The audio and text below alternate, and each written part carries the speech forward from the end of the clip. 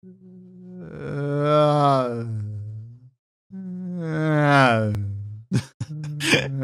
like a Doppler effect. Yeah.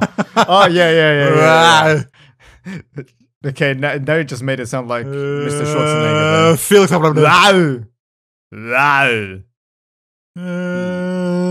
PewDiePie. Kill yourself. No, don't do Felix Liberty. that. What? Felix Liberty. Felix definitely. Felix Liberty. Oh, dear God.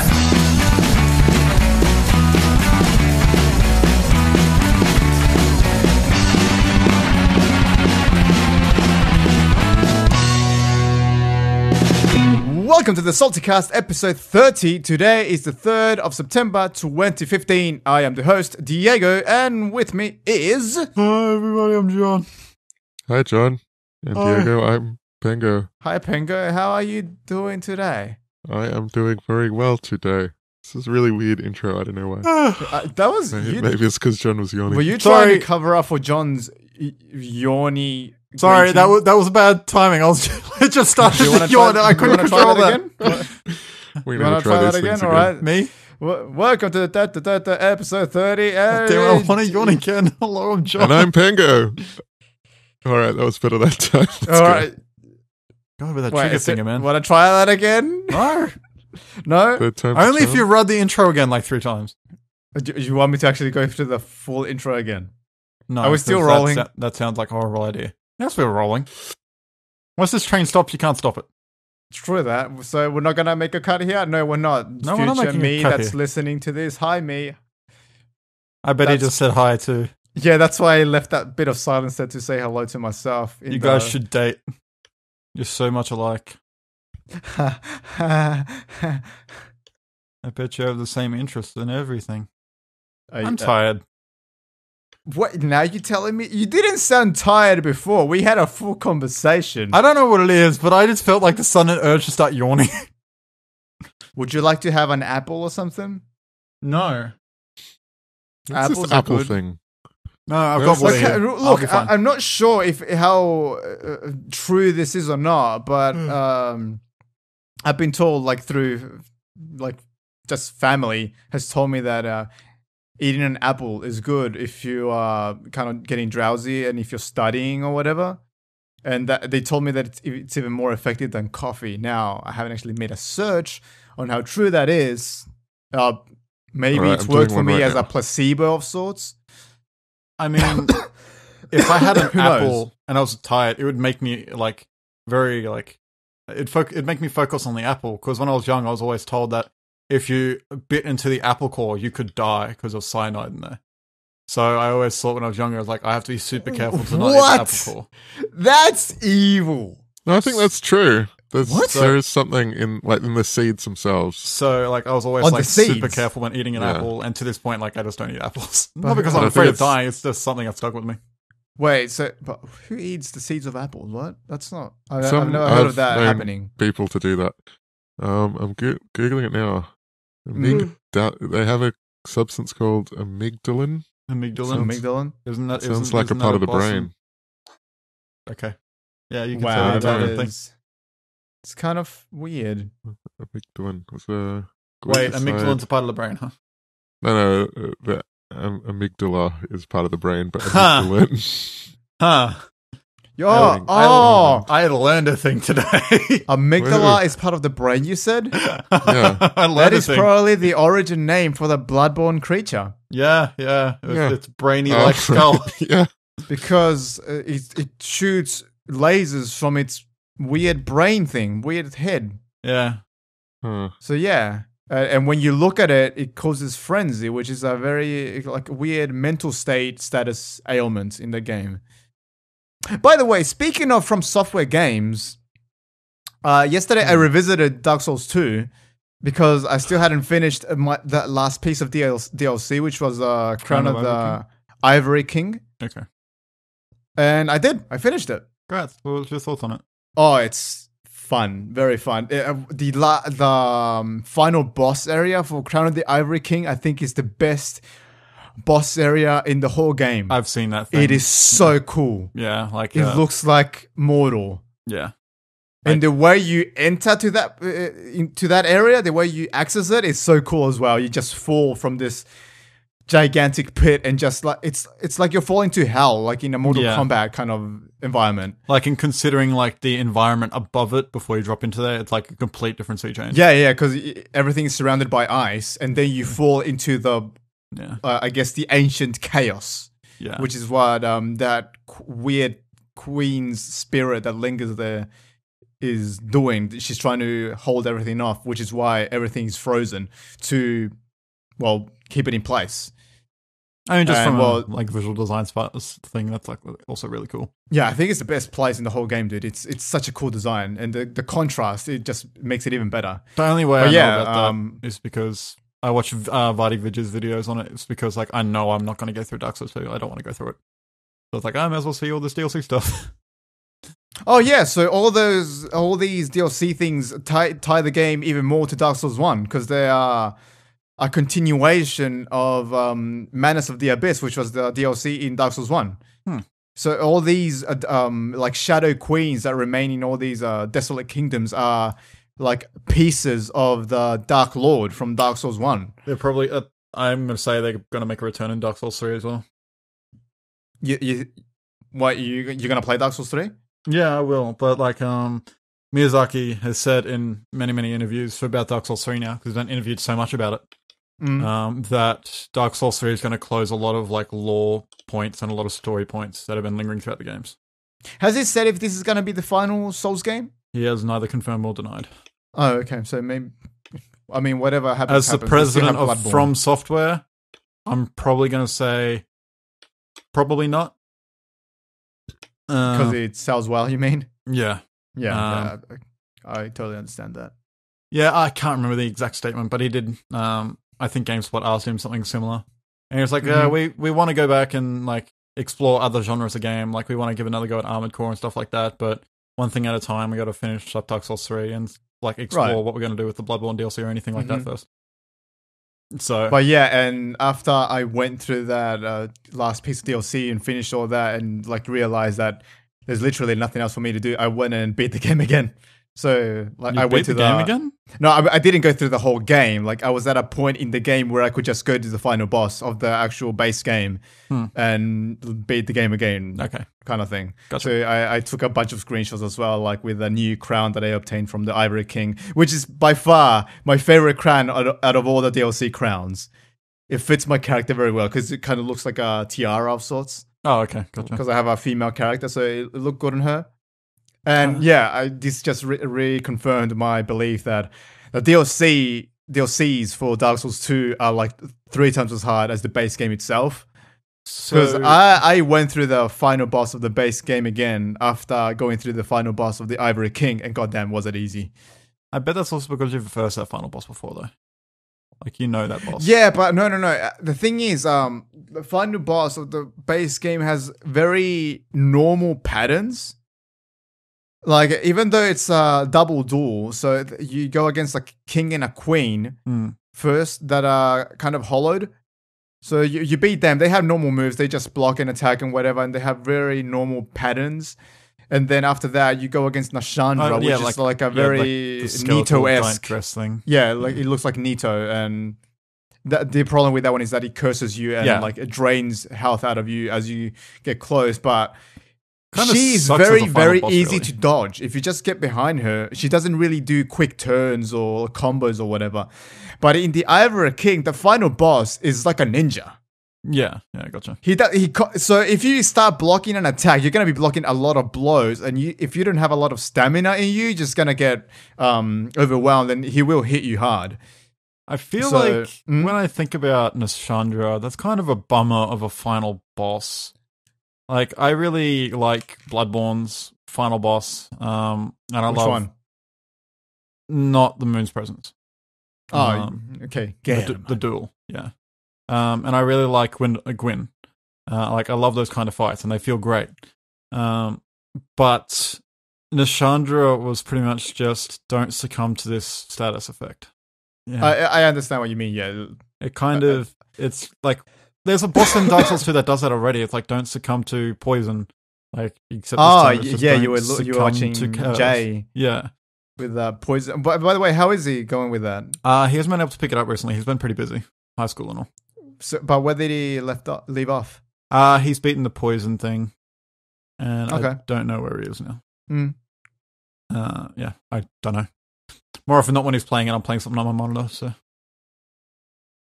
But yeah, no, I do agree with you on one aspect with Nashandra is that she came out of nowhere. There's like hints and things towards her. But like that.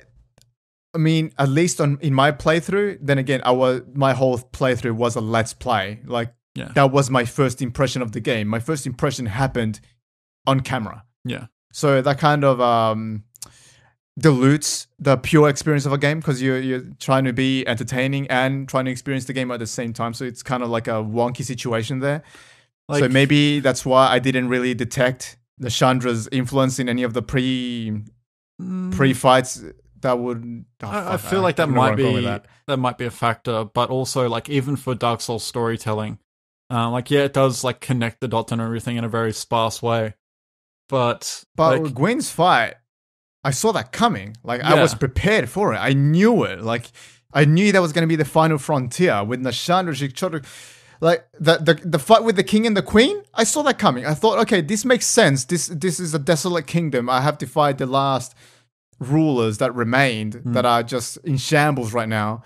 And then Nashandra comes along. It's like, where'd you come from, Shadow Lady? I understand what you're saying. Is like in terms of bosses. So take Goman for an example as well. He doesn't wander in to fight you. He waits for you. That like the doll tells you, look, Goman's awaiting you for your final test. Mm-hmm. And it's like, okay, so go to this area and see what Goman wants, and he explains the situation. And even though that is a very like surprising fight, the fact that you fight German as the final boss, he doesn't just wander in on what you're doing. I understand why that happened. He's the mentor, and he's been the protector of this place the whole time. Yeah, and so it makes sense. Nashandra just kind of wanders in after you fight and goes, "Aha! I tricked you." And it's like this feels kind of stupid for Dark Souls kind of thing. Yeah, that's exactly what it is. It's like, oh, I'm this giant skeletal thing now. I'm Nashandra. I tricked you into coming here and like moving all the golems and such. Like, why? Exactly. Like, okay, sure. It was kind of like out of the field kind of thing. So it was kind of like a weird Pink Panther-esque type thing to happen. I don't know. You know, that kind of happened with the moon presence, but the moon's presence didn't have dialogue. The moon's presence didn't really like explain its motives or anything. It was just like a celestial being that appeared out of nowhere. Like, and also you didn't have the option to fight it straight away. The whole game revolved around the elder gods and these celestial beings. Like, remember when we were going through our playthroughs for the first time, and we sort of where we first saw the mushroom dudes.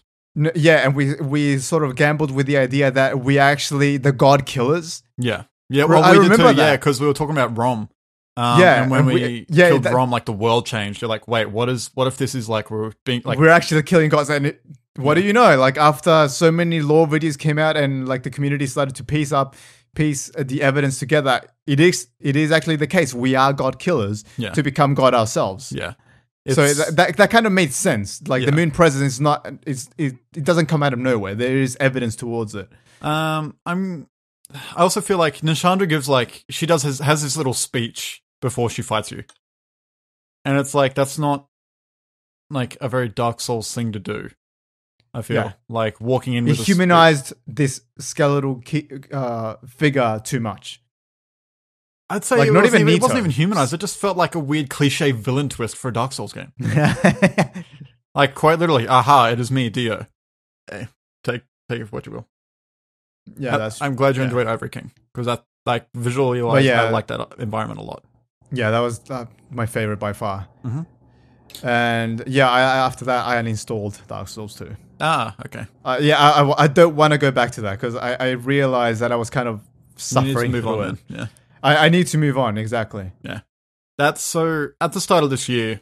So following like starting the channel and everything. This is like a stupid New Year's resolution, but I had 2 New Year's resolutions, and it was complete more games, because I often start games and never finish them, and lose a lot of weight. I've succeeded in both pretty well. But it's Congrats. like whenever I tell somebody, it's like, oh, I want to beat more games with my New Year's resolution. I always get like this weird look. Like that's really your thing. Like, I mean, yeah, like games are valuable to me. Well, I mean, let's be serious now. I'm pretty sure. I'm not sure about you, Pengo, because I don't think I've talked to you. Well, you are a game dev, of course.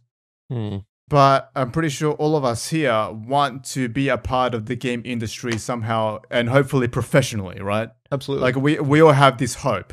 Yeah. Whether it happens or not, it's something else. But we are working towards it. I think I'm not sure if I talked to you about this, guys, this week, but did I talk to you guys about the? It was in a conversation with Brody and Darren, I think. But whenever somebody challenges you that you're an addict to something, that makes you feel like you want to quit that much more, like just to prove them wrong, or that's how I feel anyway. No, it just reminds me that I want to do that again soon. I mean, dude, like, even though you uninstalled MOBA, and I, like, thank you for playing along with that joke, like, play that game, man. That's a cool game. No, I reinstalled it. Yeah, I know. I've been playing all day. Yeah. It's terrible. You're getting your fix. But I stopped for 2 weeks, and that was good. Yeah. But, Diego, did I tell you that? Did I talk to you guys about this? Now. I think you told me a little bit of mentioned that yesterday, but that's it. You didn't actually dwell on it too much. Okay. But tell us what happened. So, when I was in high school, like early high school, I think it was like in 9th grade, after I'd met Darren, he got me onto WoW. And I couldn't play it originally because my computer was old and shitty and it didn't have enough RAM, so I had to buy RAM for it and upgrade my computer by hand for the first time. Twist. Yeah, like my computer was shitty enough I couldn't run WoW. Jeez, what a long time ago. But the thing was, like, it got to a point where I got into a routine with playing WoW. Like, it was a point where leveling was still kind of difficult. I got up real early in the morning before school when I was young and I could actually do that. Play a few hours, go to school, come back, play for hours, and just didn't do homework. And Mum came along and confronted me about it. It's like, you're an addict, you need to stop, you need to do other things. And like, I'm not an addict, I can stop when I want to. She goes, no, you can't, you need to stop. I'm like, all right, challenge accepted. Didn't touch that game for another 8 years. Yeah. So it was, it's like, and that's. I don't have that same response to those there sorts of seems to challenges. be a bit of a fallacy there. Wait, not 8 years. You're an addict, and then she says you need to stop. How would you be able to stop if you're an addict? Yeah, exactly. That's why, like, I wanted to prove her wrong. It seems like an illogical request. Yeah, it might be because Mum knew me really well, and when I'm Did she challenged on enforce stuff like anything upon you? Did she tell you, yeah, you can't do it? Like she's gonna take your computer away or something? Did she do something to stop you? No, she goes like, she pointed it out, like, look, you need to be aware of that. This is becoming a problem. Like, no, it's not. It's fine. Like, no, it's a problem. Like, all right, I'll prove it's not a problem. I'll stop right now. Didn't touch that game for many years, many years. I have to think. So when was I in grade 8? Might have been 6 after high school. So it was 6 years. I have dealt with that all my life, but in a more ambiguous and generic way. My parents have always detested me being on some kind of technological device. Yes. So when I was a kid, it used to be the Super Nintendo and the PlayStation. Doesn't matter what game. I just used to be in the game console. Yeah. Like, and I would spend ludicrous amounts of times on that thing because, well, my friends lived far away or whatever. Like, yeah. It was school, consoles, and then sleep and rinse and repeat, whatever.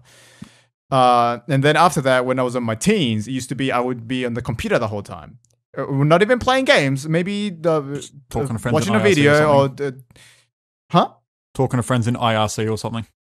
Yeah, or like MSN or YouTube or video gaming, RuneScape, what whatever, would they do like about anything. But just being on the computer, being on the screen, they wouldn't like that, and they still don't. Even now, I'm 23 years old. Even now, they tell me, "Oh, you spend like too much time there." But now I say, "Well, this is my life. This is my work. A computer is merely a tool for me to do the things that I do." Would they do anything to stop you? I mean, back in the day. I think they. I used to have a Mac when I was a kid, and my wow, fancy. Dad was like a black and white little Mac Classic, and my dad's way of limiting my usage was he'd hide the mouse. Can't use a Mac without a mouse, or so he thought. But I worked out the accessibility keys so you could use the keypad as a mouse. Wow, talk about dedication. So, yeah. No, at some points, if I stayed up too late, he'd like they told me this years later, but they would turn off the power, like the main switch to the house. Wow, and, like pretend there was a a brownout. Wow. Okay, that's pretty Trying to far. get me to go to bed. For me, it used to be the thing. I don't think they ever took it away from me, other than to punish me. So as a result of something else, like maybe I did something stupid or I was naughty. I don't know. I didn't eat my food or whatever. I did something wrong, and first thing they would take away from me, my PlayStation or my hours on the computer, whatever. So they would just say, yeah, okay, you're not allowed to play anymore. They wouldn't take anything away from me per se. They wouldn't actually grab the equipment and just hide it. No, they would trust me, and of course, I wouldn't use it. I would actually obey. You know, I feel like I need to ask my mum, like, what her thoughts on me, like, being into all this game stuff a lot. It's because that used to be the same here, and Mum used to get at me a lot for getting on games, and like now she just accepts it. Like I was talking to her today about like I've been doing business here, and like what would it take to open up a game store in my town? Because EB Games pretty much has the monopoly on physical sales here. There's Target and EB, which like not EB. There's Target and Big W, but they don't really carry games. If they carry games, they're games that aren't new or anything like that. They're old games, and they overcharge for them constantly. And EB Games only gets the new games, like only place in town to get physical new games, and it's $109 or really expensive, always on the bat. So I realized there's a marketing opportunity to just straight up undercut EB Games in Dolby. But like, so when talking about this in Mum, I think she knows that like she just doesn't care how many games I play anymore. Like she just accepts it. She talks to me about it. And I want to know what caused This does that feel change. like an AA meeting or something, the way we're talking about I don't know, like it, gaming. like it just makes me wonder like what changed where she was trying to get me off constantly, and now she just accepts, like realize that this is the thing I enjoy. I think the thing is, we've grown older and we haven't actually grown out of it. So maybe. Well, I have a specific reason for that though. And this actually ties into why I brought up this subject anyway. It's because my brother used to be a huge gamer as well. Huge, massive. It's kind of where I got gaming from. I think in the first podcast I told how I deleted his Final Fantasy VII save. Yes, I do remember that. So like, I remember seeing my brother grow out of games, and like I saw that happen in my very own eyes while still playing games. Like I don't want to be that person. I want to stick with exactly this. where I was gonna go. Yeah. So maybe the thing is, I think some parents just worry that we think that maybe this time is gonna be a waste. And that we're going to grow out of it. And then once we are older and more mature and in hindsight realize that maybe, oh yeah, we've grown out of it. Why didn't I grow out of it sooner? This has not happened to us. Yeah, I feel like we're in the perfect place for it too. Because like, if we haven't grown out of it by the point that you are an actual adult, it means that you are truly serious about it. It's not just like a gimmick thing or like a childish thing that you just like because, well, it seemed fun at the time. You take it seriously and it's actually a passion for your life. Yeah. So there's no reason you can't take away someone's passion. It doesn't work. Yeah. You're going to pursue it one way or another because, well, it's a passion. Yeah. So yeah, I don't know. It makes Instead me wonder of trying about to stop stuff. a person, you would try to encourage them. And I've actually found that through my parents as well, like answering your question from before, like what have they said to me now?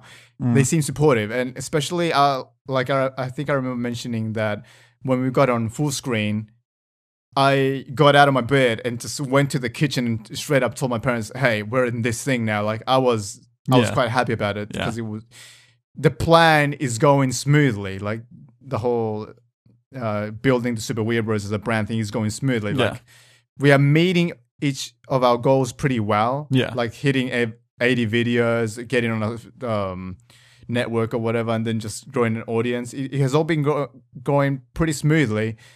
So I told them about that and they perked up. Yeah. They said, oh, okay, this is going somewhere. It's not just a waste of time. You're actually taking it seriously. And they are starting to appreciate that. So I'm not actually being judged in a negative way anymore for being on the computer the whole time because most of the time I'm either working on something or just playing a game, and games are a part of it as well. Yeah. Like when I announced the full screen, I mean, there's no reason to get me out of it. Yeah, I gotcha. Not at this point. When I announced the full screen thing to Mum, I'm like, oh yeah, we're in this partnership, and she wanted me to sit down and explain it all to her, so I did. Like, oh well, that's good. It's like, how much have you made so far? And like, because this was like a day after, I was like, we've made like 3 cents or 8 cents. And she just laughed and goes, well, you have to split that between 6 people, so have fun. I just had to laugh. And then she... Hey, you still haven't sent my share, by the way. Oops. So she went to my brother, and my brother's probably one of the people I look up to the most, because like he made us. He's a very good businessman. And he's like, he converts what he does into something very good. Like he can adapt very well. And he just came back like, you've made 8 cents, huh? Yeah. What's your thoughts on it? I was expecting him to make a joke out of it. He's like, keep going, dude. You're making something out of it. Just go. This is it. I'm like, oh, fuck. Okay. Whoa, that's like, an unexpected response. And I'm like, whoa. Yeah. Okay, I will, man. No problem. It was an interesting thing to like be said to me about all this. Because like, yeah, we've been stumbling our way through it. I think I made this analogy on the Christmas podcast we did for the channel. Like we're like, as our years go on, we're actually reflected of that age as a toddler. Like 1 year, we're still crawling on the ground trying to figure out what to do, and maybe at 2 we can start standing up, and start walking. But we'll see what happens. Yeah, I don't know. Yeah, it's a weird thing, this entire channel. But it makes it just, if anything, with all this YouTube stuff clicking off and gaming press outlets becoming even bigger, it feels like I've validated my choice of sticking to it. You know. And hey, games have gotten better. Like, so I'm glad I stuck around. That was what are your thoughts? What are your thoughts on it, Pengo? Though, because you've been on it longer, and you're actually there as a dev. Like you've been trying to get into the industry, actually making products, not just as a critic. I've seen a few success stories from people around me in game dev. So that's pretty encouraging. I haven't released anything. You know, I've got my 6 cent story is I made a really terrible Flash game called, I don't know, Squid Game that I put on Congregate. Squid Game? I think that's what it was just called. I think that's the perfect game. name for a game on Congregate. Like that. Yeah, sure. Yeah, it probably won't even come up if you search. Yeah, Squid that's game. What I've noticed about a lot of games on like it was true in the mid 2000s era. Like a lot of games were just very straightforward with their names, like Heli Attack. Oh, there's helicopters and they're attacking. Right. Good game. Yeah, it was trying to be like a Spider-Man swinging with a squid. Oh, I could see why that become very popular. Yeah. With a 2D game, it never became popular. It was terrible. It has a very low rating. Oh well. But at some point, I was like, I'm just going to put this up here. Everybody's a critic. Yeah. Here's one review of it. Cool game, sort of, ? Weird, 2, 3 out of 5. Hey, man. Hyperactive squid much? Yeah, but because I tried making my own physics engine, which was my main mistake with that game, but it works kind of. But it got like $50 or something worth of like advertising revenue, although it was like hardly seen by anyone, and that was pretty encouraging. Sorry, you grow arms in this. Sorry, I'm playing it now. I mean, it's a growing process. You just don't. Most of the success stories in YouTube or otherwise have been in the business for years before they even see a semblance of success. Well, so here's like how early I was into this kind of stuff. Like before YouTube grew up with all this stuff, like I read IGN and GameSpot when I was growing up. Like that was my thing. I used the internet for. Like it wasn't like I went to forums every now and then, but it was mainly checking, just like I do now, is check IGN and GameSpot every day. And so I have writers I look up to, which is a weird thing. So when I was actually in high school, it's like, and they're like, oh, who do you want to work for? And I'd type in, like, I'd actually write in IGN and GameSpot, and they're like, what's this? I'm like, oh, it's this thing. I'm like, oh, you're stupid. I'm like, oh, okay. Like, because it's high school, you know, they want you to think about your future. And at the same time, it's like, they want you to go about the steps realistically. So when you're like, oh, I want to work at this company that's in the States, and they're like, how about you start lower first? I'm like, that's a bit harsh, you know? So, like, when everyone's writing in, oh, I want to work for this place or this place, and like, look, the way I see it is, there's no reason why you should aim low. I think it should be the opposite. You should aim as high as possible, and just start climbing. Yeah, like slowly. Yeah, it's don't aim for the minimal effort things. Yeah. Like aim for the best that you can reach, or just aim for the best in general. And you might reach it eventually. It might take you a while though. Yeah. But hey, aim for that success. Aim for whatever it is that you really want. Don't just go half-assed about it. Yeah. And like, it's still like, a lot of people have this dream, and it sounds like the casual dream, or like the dream that people pick fun on. But I would love to go to E3. Like, I would fucking love it. like in a way, it was kind of it was a very surreal moment for me when I had a review disc of a Final Fantasy game in my hands. Like, Yeah. this shit means a lot to people that have been like looking at it since they quite literally grew up with this stuff. Like, it's still a young industry, but I've grown up with it, and it's a weird feeling to see it like in a way take off like this in different ways.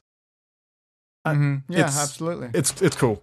But I've also seen like I saw like the seeds of big YouTubers that could like start like becoming this huge thing, and they dropped off because they didn't think it was going to go anywhere. Or maybe their account got hacked and all their videos got taken away, so their subscribers unsubscribed and stuff like that, and they just didn't get any more and they gave up. It's like there are still channels that I used to watch that were way before PewDiePie and all this, and they're just still sitting there with like no videos and like 10,000 subscribers. Like, if you kept going for this many years, where would you be now?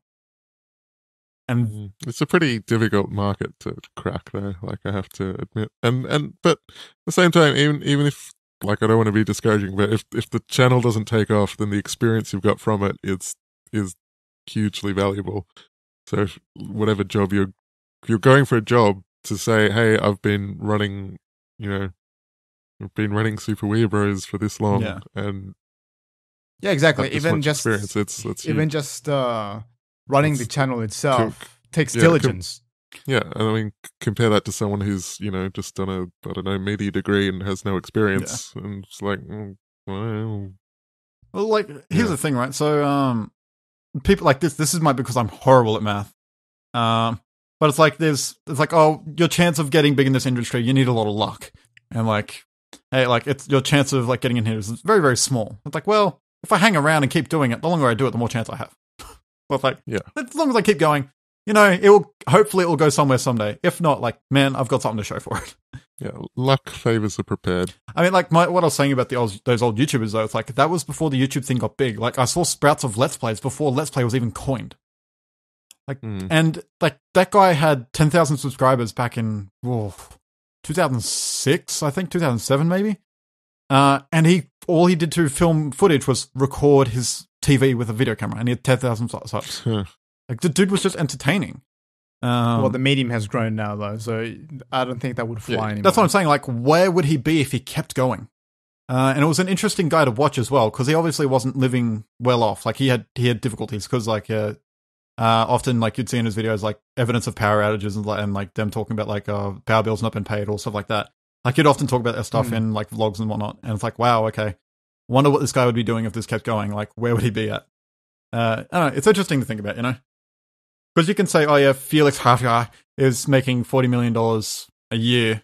Like, yeah, but you still rarely see the man behind the PewDiePie. So, I don't know. That's why I like his vlog stuff. Sure, there's millions of Let's Play channels, but there's actually people behind that, and sometimes people don't remember that.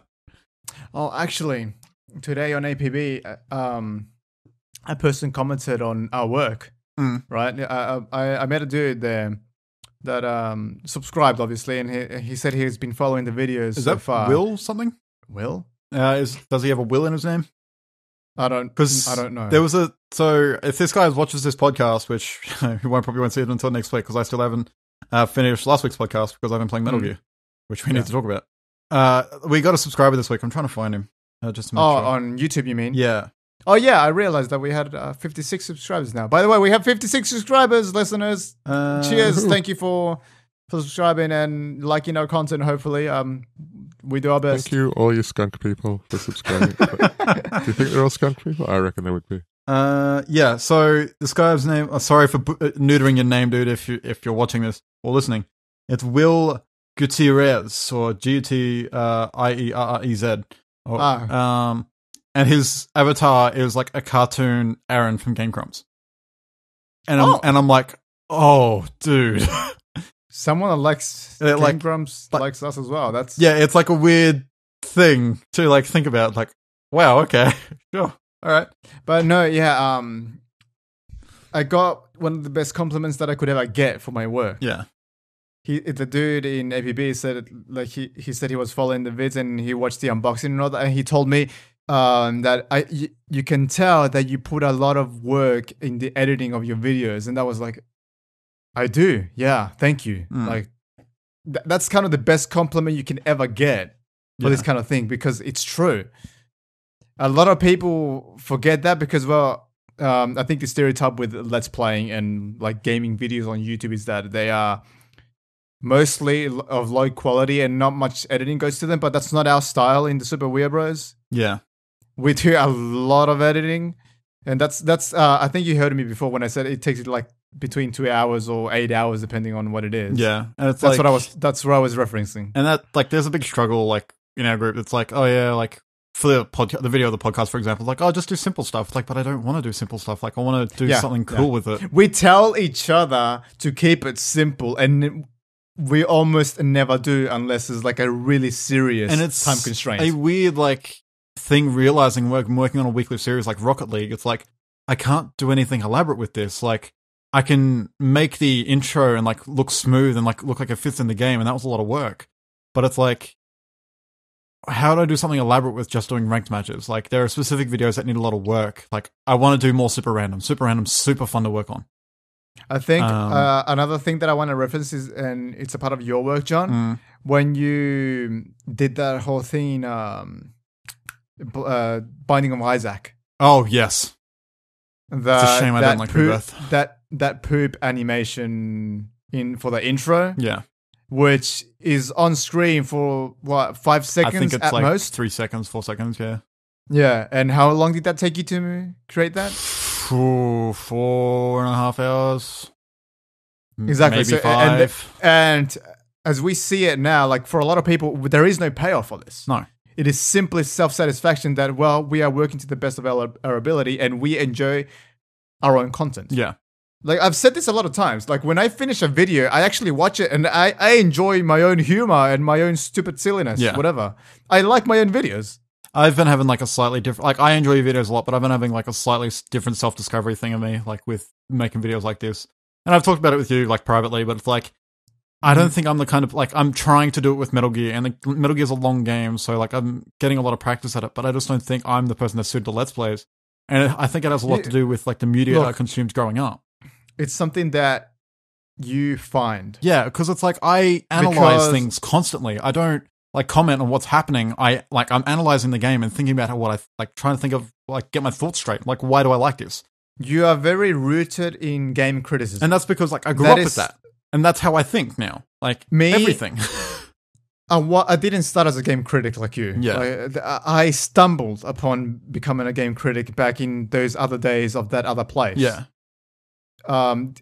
It was a kind of a thing where I met Shannon and he told me, "Hey, you want to do this?" It's like, "Oh yeah, I mean, I'll do it. I can write. I know that I can write. That was my forte. I could write. I wasn't really a critic or whatever, but I can think of it as a critic, and I have the writing ability for it. Yeah. I am confident in my writing, which is why I became an editor. Yeah.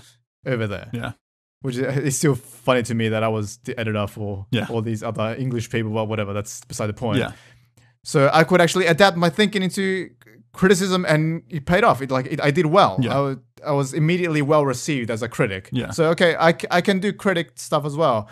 But the whole Let's Play thing, I stumbled at the beginning. I don't know if you realize that, but if you look at my old Let's Play work, I had a thicker accent. I would stumble upon words even more. I would sound awkward at times. I would do less editing. And you kind of find a style for yourself after a while. I'm really trying to figure that out, man.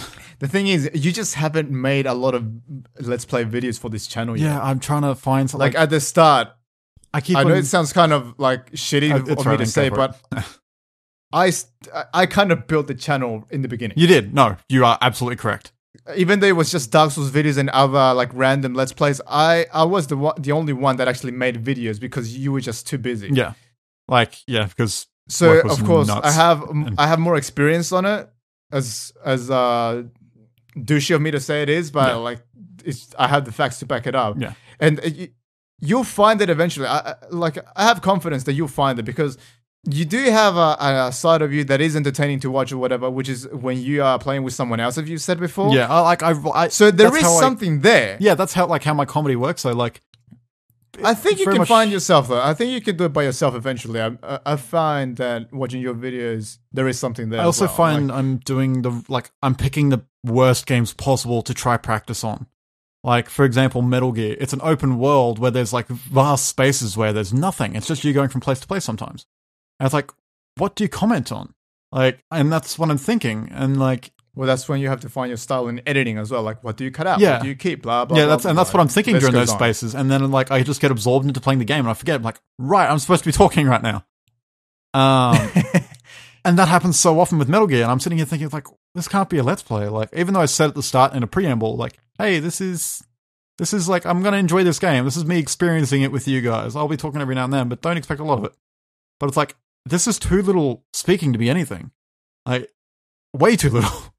It's like bits of moments every now and then. You have to find what you're comfortable with and what works for you. And I'm trying to figure that out, man. Like, because you and I, like, from looking at what kind of thing, how I speak and get like while recording games, I'm super analytical. Like, I'm not trying to be analytical. It's just how I think of things. It's how my brain picks apart things. And it's annoying me because it's like, when I look at you, it's like, oh man, this is like super reactionary. And I'm just sitting here going, okay. It bothers me. I just take everything in, and you're like, whoa, what? Hey, I'm like, okay, sure. So it's like I explained it to you once, and I don't know if the audience realizes this, but I just externalize what's already happening in my brain. Yeah. Like, normally when I play by myself, I'm not that out there unless like I'm on Mumble or something, or the game really is just getting to me. Yeah. Normally, I'm just a normal player that's kind of quiet, you know, just watching the screen or whatever. It's like most people are like that. They're just silent players. I think, but when I do a Let's Play, I do like make a switch, not to act. Yeah. It's not an act. Yeah. But to externalize. Yeah. That's the difference. It's not an act. It's just what's in your brain. Just comment what you're thinking about. I think that's what I'm trying. Like, that's Rocket League's a good thing for that. It doesn't have to matches. be funny either. Like Rocket League is very short matches, so there's nothing you can really cut, and that forces me to talk a lot. Yeah, I don't know. You'll figure it out. I'll figure it out You're at some fine. point. Yeah, you're fine, man. Yeah. Anyway, we've been talking about this stuff for 40 minutes now. Yeah, we unintentionally went into the meta. We did. Wow, we did too. Because Pango like gambled. I keep saying that word today. What the hell? I'm not into gambling, but I've never gambled in my life. Just saying. What was that? I don't have the word in my brain, but yeah, he suggested that we should like talk about the podcast in the podcast. But no, I was saying we should do that some other time. Oh, some other time. Podcast. Oh, okay. Well, never mind. Because we've been doing the podcast for a long time. We don't discuss I think much. we've talked about the Super Weeabros themselves, or us. Well, enough in the podcast. The meta, in the podcast, we haven't really talked about it a lot, but we have an entire like 2 hours, like an hour and 45 minutes of us just talking about how we were handling things and our mindset of last year. And I think that might be an interesting thing to watch again, because I haven't watched it since we posted it in Christmas time, which was what? Oh, the Christmas podcast. That was 9 months ago. Like, it'd be interesting to go back and watch it and see like how our mindset differs from where we are now. We should do our Christmas podcast this year as well. Absolutely. But with everyone. Today. Yeah, cool. Happy 3rd of September. Yay. We should have put this. Is Christmas in this state in some country somewhere? Maybe. Yeah, I'm sure. Yeah. No, I don't know. I've been looking through Congregate's settings and stuff, trying to work out how much money I've made, and I can't find it anymore. I think I have to fill out last US week tax 8 Ben, the W. Didn't you talk about Ben the possibility of a Kickstarter or crowdfunding something last week, Pengo? Not seriously, but I would like to do one eventually. So it was a joke. Oh, okay. Yeah. I mean, I do want to do, like, if once I need a lot more game finished and stuff. I'm trying to. Okay, hang on. I'm gonna stop everything now because I think we've been rambling too long about us too much. We're very narcissistic. Yeah. So, John, yes. I'm sure you are just you can't hold on anymore. I'm standing on the edge of my seat. Waiting. Go ahead. To explode with information. Metal Gear Solid 5: The Phantom Pain came out this week. And you've been playing it non-stop. Yeah. Well, almost non-stop. Do you think you can keep it brief? Do you think? You know, Diego, you can only put so much restraint on me. I will try. You're going to have to prompt me with like specific questions, but I will try. Fair enough. So, what are your pretty much first impressions. It's very. My first impressions are very strong, but I'm torn. So it is Strong and torn. So Strongly torn. I have made my opinion about franchises very clear on this podcast. I think a franchise, like, you're judging a game based on its previous iterations is stupid. Like, a game should always be able to stand on its own merit. It shouldn't, like, the previous game or something should not help it. It needs to be judged by itself. Played all the previous ones, so that's going to colour your opinion on it. Yeah. But, like, when I'm criticizing a game objectively, those other games don't matter. So I'm going to straight up say now, The Phantom Pain is a fantastic fucking game. The reason why I put fucking in there is for emphasis. It is that good a game. It is lovely. I love it to death. That's the first time I hear you explain your swearing. Well, that's when I say it. When I really, really mean it. Okay. But it is absolutely amazing. I love it a lot. Easy Game of the Year contender, for sure. I feel like that should be our rating system for a 5 out of 5. Just fucking amazing. Fucking and loving. Fucking amazing. Yeah. Fucking and loving. That's not the one. What? No, nothing. Don't worry about it. Okay. But I'm torn because I don't know what I like more. I don't know if I like old Metal Gear more or new Metal Gear more. And what do you mean? Like, there's a lot of old Metal Gears. Which one? I mean, like, formula-wise. Oh, okay. So, like, top-down? Yeah. I'm not talking about the actual different models of Metal Gear. Okay. So, like, yeah, there was, like, variation in camera angles, like, from 1 and 2 were like, 1 was mostly a top-down game. 2, it was top-down in a lot of ways, but you still it swung down third-person a lot. And 3 was more a third-person game. Well, in substance anyway, the first one was more top-down as well. 4 was a third-person game, and now 5 is an open-world game, complete, like, third-person shooter experience. And those are big things. So 4, you had hints of... You only watched all the video stuff, so you didn't really get to play it and understand it yourself. But in 4, it allowed you to go through that game's guns blazing. Whereas in 1 through 3, it's like, yeah, you could go through guns blazing, but more often than not, there'll be a point where your progress is blocked because there's an alarm going off and they've locked down the bases and stuff like that. There's some reason why you can't progress. Mm-hmm. And 5 is an open world game. You can do whatever the fuck you want. And that was a little overwhelming when you mix that with a Metal Gear game. So there have been because you're accustomed to a certain type of playthrough. Well, with Metal Gear games, it's like, okay, I have a goal to go to and, like, this linear area. 4 was a little different. The areas were a little more open, which, like, it makes sense jumping from 4 to 5, like, just making that open areas completely open. But when Ocelot goes, okay, in the trailers now, let them see the legend come to life or something like that. And then it just drops you in this open world on a horse. You're like, oh, what? Okay, what do I do? Because there are games that have had open world stealth before. It is not a new thing, but there hasn't been a game based solely around it. Like, have you played Far Cry 3 or Far Cry 4? Yeah. So it has a lot of that. So it's like, okay, you scout out these bases with your binoculars and mark targets and then go through the bases how you want. So you take that core premise and strap every bit of Metal Gear, like, gameplay stuff you can, all sorts of weird, like, interactions between items and objects in the environment, and that's what it is.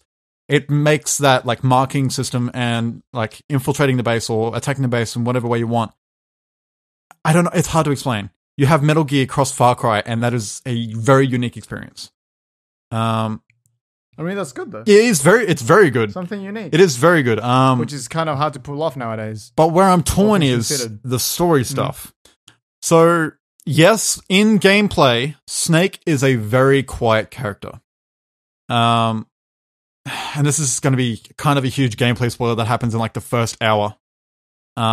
So, if you I don't want to spoil this that much because it's a huge turn, because it might be something to play on in the future. So if you don't want to hear this, stop listening now, I'm sorry. But at the end of Ground Zeroes, Big Boss gets messed up, real messed up. His helicopter explodes while he's in it and he crashes in the ocean, left for dead, essentially. So when you wake up from a coma 9 years later, it becomes known that people are still hunting you and they know you're alive. So they're chasing you down in this hospital. So they're like, oh, okay, so you need to get out of here without people noticing. So we need to need to change what you look like. Your name is Ahab now. You are no longer Big Boss. You are not Snake. You are Ahab. And then it opens up this character creator. And I'm like, whoa, what? What? What? Yeah. And so Does your first name still have to be solid? I mean, that's you can't really change the name. Okay. But it opens up this character creator, and I'm pretty sure it hasn't done. I'm pretty sure it's only for online stuff.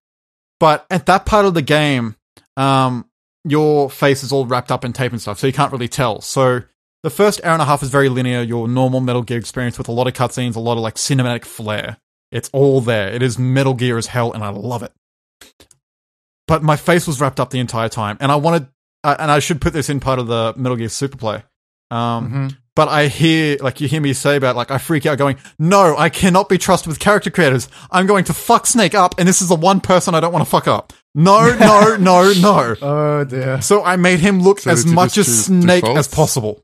No, there's a lot of stuff in there you can change, like, you know, all your typical sliders and whatnot. Yeah, but you What can just about- set him to a default look like No. Snake. Can you change the gender? No, you couldn't. That would have been funny. Yeah, so Nanomachines. yeah, exactly. Nanomachines. Snake had a sex change. How? Nanomachines. I Yep. don't. Okay, sure. Let's go with it. So I made him look as much as Snake as possible, right down to the beard and like the straggly beard and everything. And the rest of his face is wrapped up, and all I could see was the beard. So I'm like, oh shit, I actually changed what Snake looks like. Oh my god, I'm freaking out. And then that doesn't change. Like, you become Snake again. So I imagine it's for the online stuff. But that was a Kojima's hell thing to do, just throw it at you. Like, oh, okay, this is definitely Metal Gear. Oh yeah, back to why Snake. Snake is I mean, it sounds like you're impressed so far. Yeah, I love the game. So how do you think it handles the transition to being open Very world? well. Like, it is a very good open world game. So what are you torn between? It's mainly the story and side content. So there is, as typical open world games are, there is plenty of things to do in this game. Like in Metal Gear Solid 5, the Phantom Pain, I should say, not Ground Zeroes. There's the base management, mother base stuff from Peace Walker, which is like, oh, gather resources, Fulton dudes you find in the area, and they might have valuable abilities. Later on, you can easily analyze all that stuff and like pick and choose the soldiers you want. Just build up this base as big as you can. You're building a private military force to take on the world. And very much you're doing that. Finding resources, dispatching these soldiers recruited to do missions to get more resources and stuff like that. And all of it's in this Metal Gear way where it's very detailed. So, Diego, you know, like just in general from osmosis, that Metal Gear, the big thing about Metal Gear is that a lot of the environment interacts with the mechanics. And that's just how it is. And so this starts off set in Afghanistan? Yes, the first area is Afghanistan. I don't know how many areas there are. I have a map that I could open up and spoil it for myself, but I just want to figure it out naturally. Like a physical map? Yeah, it came with the day one edition.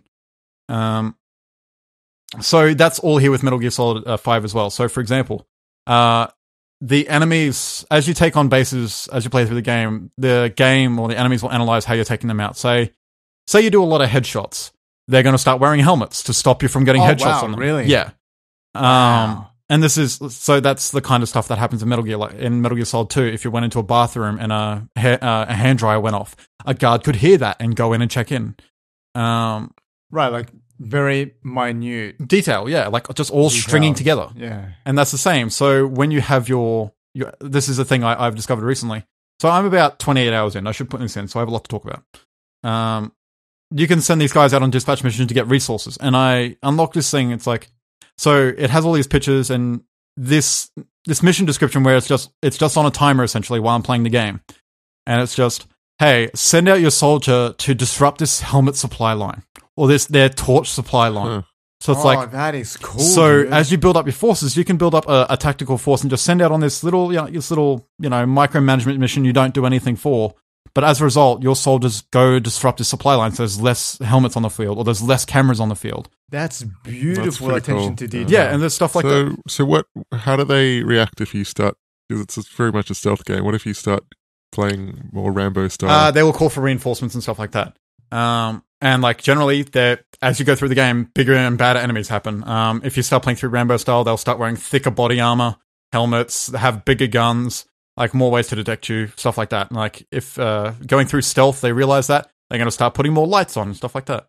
And also, so say if you're going through Rambo style a lot, and you're getting sick of them bringing reinforcements a lot. So what you could do is before you go Rambo style, you mark out the base and do everything you want. and you see that they have this communications transmitter. You can go up to that plant C4, destroy it, and they can't call for reinforcements. So then you go 8. You just wipe out everybody. That's pretty yeah, cool. Yeah, that is very cool, man. So It sounds like you could easily get to a point where you work out something like that and you just make the game too easy for yourself. Like, I imagine it'd be very hard for them to balance the game that lets you. That's what's so strange about it. Well, I think I was talking to you about this. Like, I don't know how the game developers did it, and I don't know how you escalate the difficulty of a game like this, because you have a way to handle everything essentially, but they still provide environments like these bases that you go into. They still find ways to make them super engaging and like a lot of fun to just stake out and like explore through essentially, and finding all these materials and resources. And so far I'm 27 hours into the game, and they're still throwing new tools at me because of all like there's like research stuff where you research new weapons and you get new battle partners and stuff like that, and how you interact with battle partners are completely different, and it's just more permutations on all these environmental stuff. Sounds yeah, really it's fantastic. Like I'm getting more interested in this game because I was thinking, I was just like, stealth game. I don't so mind stealth and games. Pengo's like sounds- this is where I'm also really torn. The side stuff is fun to play, but the story stuff in the side missions are pretty much non-existent. The story stuff is very sparse. It's very well. How important is story to you? To me, very important, because this game is weird, and it's one of the big things that drew me to it. Like, it's anime as hell. It is fucking crazy. And the first hour and a half is very stereotypical Metal Gear. It's linear, it's very cinematic, and there's a lot of crazy shit happening. You're like, what the fuck is going on here? And then that all comes to a grinding halt when you're out in this open world, and still there's weird shit happening, but because you're causing it. And then I've played about 28 hours, and I've had maybe 8 or 9 cutscenes, and they've just been short ones. Okay, if this wasn't a Metal Gear game, how would you be feeling about the amount of story? Or that's a good question. That was a good question. yeah, About the story, I'd still be kind of disappointed, because that, like, the huge story nugget they give you at the start, nothing has rivaled that so far. There have been some cool moments, but they have this huge, like, thematic set piece at the start. I imagine it feels like a big imbalance. Yeah, like the pacing's, I don't know if I like it, like the pacing or not, but the pacing is very weird. Right. Because that first hour is very much just setting up the story again, and then it drops the story for you to just explore this open world. That's the problem with open world games and story. Yeah. Pacing can be really weird depending on how you navigate the world. So I still haven't finished the game yet. Matter of fact, at 28 hours in, it says I've only finished 18%. But as I get deep into the trial records, that's overall completion. Apparently, mission completion, I'm about 29% through, so about a third of the way through the game at 28 hours. Mm-hmm. So that's a big game. But the story's good either way, but it's very sparse. Like, I don't know. I still don't know how I feel about it. That's what I was saying. I suppose the last thing I'll say is people are saying that are worried about Snake being a very quiet protagonist. And that is correct. In-game, he is very quiet. But if you're looking for story nuggets, if you're looking for story exposition, listen to all the cassette tapes you get. Listen to them. That brings out all the exposition, it is your codec for this game. Everything you need. Do you get those around the world or something? How does that work? As you go through story missions and side missions, you'll find them in the world, and also Ocelot will give you more depending on what's happening on the base and the conversations between Snake and... So it's kind of like unlockables in a way. In a way, yeah. As you go... If you play through the actual game, like just go through the main missions and explore the game, you're going to find them either way. Mm-hmm. But if you don't want to listen to that shit, you don't have to. In a way, it feels like a way for them to... remove the story even more from the game to not stop the flow of the open world gameplay, because it's very smooth. Like once you just jump from mission to mission, it's very, very smooth experience. And all the story stuff doesn't require animation or cutscenes or anything like that. It's just in this audio log. But the stuff in it is fantastic. They say this is a very dark Metal Gear game. They aren't joking. Seeing Big Boss descend into this villainous spiral. I've heard that it's first hour and a half of the game, so although far. it's nothing like the actual game. Past that, it sets a very serious tone very quick. All right then. Yeah, so out of 5 stars, 5. So no question. Fucking amazing. Yeah, it's definitely a contender for Game of the Year. Okay. Which ones are those, by the way? Let's recap your list. So far, Rocket League. Wow. The Witcher 3. The Witcher. Metal Gear Solid 5. Metal Gear Solid 5. Even though it's a contender, I'm pretty sure it's not going to win. Dying Light. Dying Light. Yeah. Did Ori and the Blind Forest come out this year? Yes, Ori and the Blind Forest is on there. Oh, is that Game of the Year? Yeah, I really enjoyed that game, man. Okay. And I have to think about the others. Bloodborne. Bloodborne's on there, yeah. God, it's like thinking about all the games I played this year is difficult. I'll come back. Madden. Haven't played that 16. yet. Haven't played that yet. I But you will be playing it soon. So right? if I'm going to talk about this next week, and people are listening, and for some reason there's a sport nut listening to this podcast, I'm going to apologize to you now. I know nothing about sports, but I'll report back. So that's Metal Gear and Madden. What about you, Pango? You haven't talked about your week. Apart from playing Dota again. Yay, Dota. Now you uninstalled it in the podcast, and now I did uninstall it during the podcast, and then I recently reinstalled it for some weird, understandable reason. Oh well, Just it is what it is. wasted a couple of days playing it. I don't even think it's a good game. I just keep coming back to it. Anything you want to report on? I played a bit of Luftrausser. Yeah, That's pretty fun. that's It's a cool bit- game. It's pretty cool. It's pretty. It has a very casual style of metagame where it keeps having little achievement things that you have to try and get. I really like the one thing. It's just a fun dogfight game, side view, 30 frames per second. I don't know, I had to mention that. I used to have a dogfight game on the Apple IIe, which will date me a bit, and it was very similar in the play feel of the game, although it was like a single screen, and you could play multiplayer in this game I had. I don't think Luftrausser has multiplayer, but anyway, that's really fun sort of style of play. Mm. The thing I really like about this game is you can change your weapon and your body and your engine of your plane separately, and the thing I really love about that is this is stupid, but it gives you a different name for each combination. Yeah. No, that's cool. So if you have like a cannon and an armored hull and an underwater engine, it will call it the War Turtle.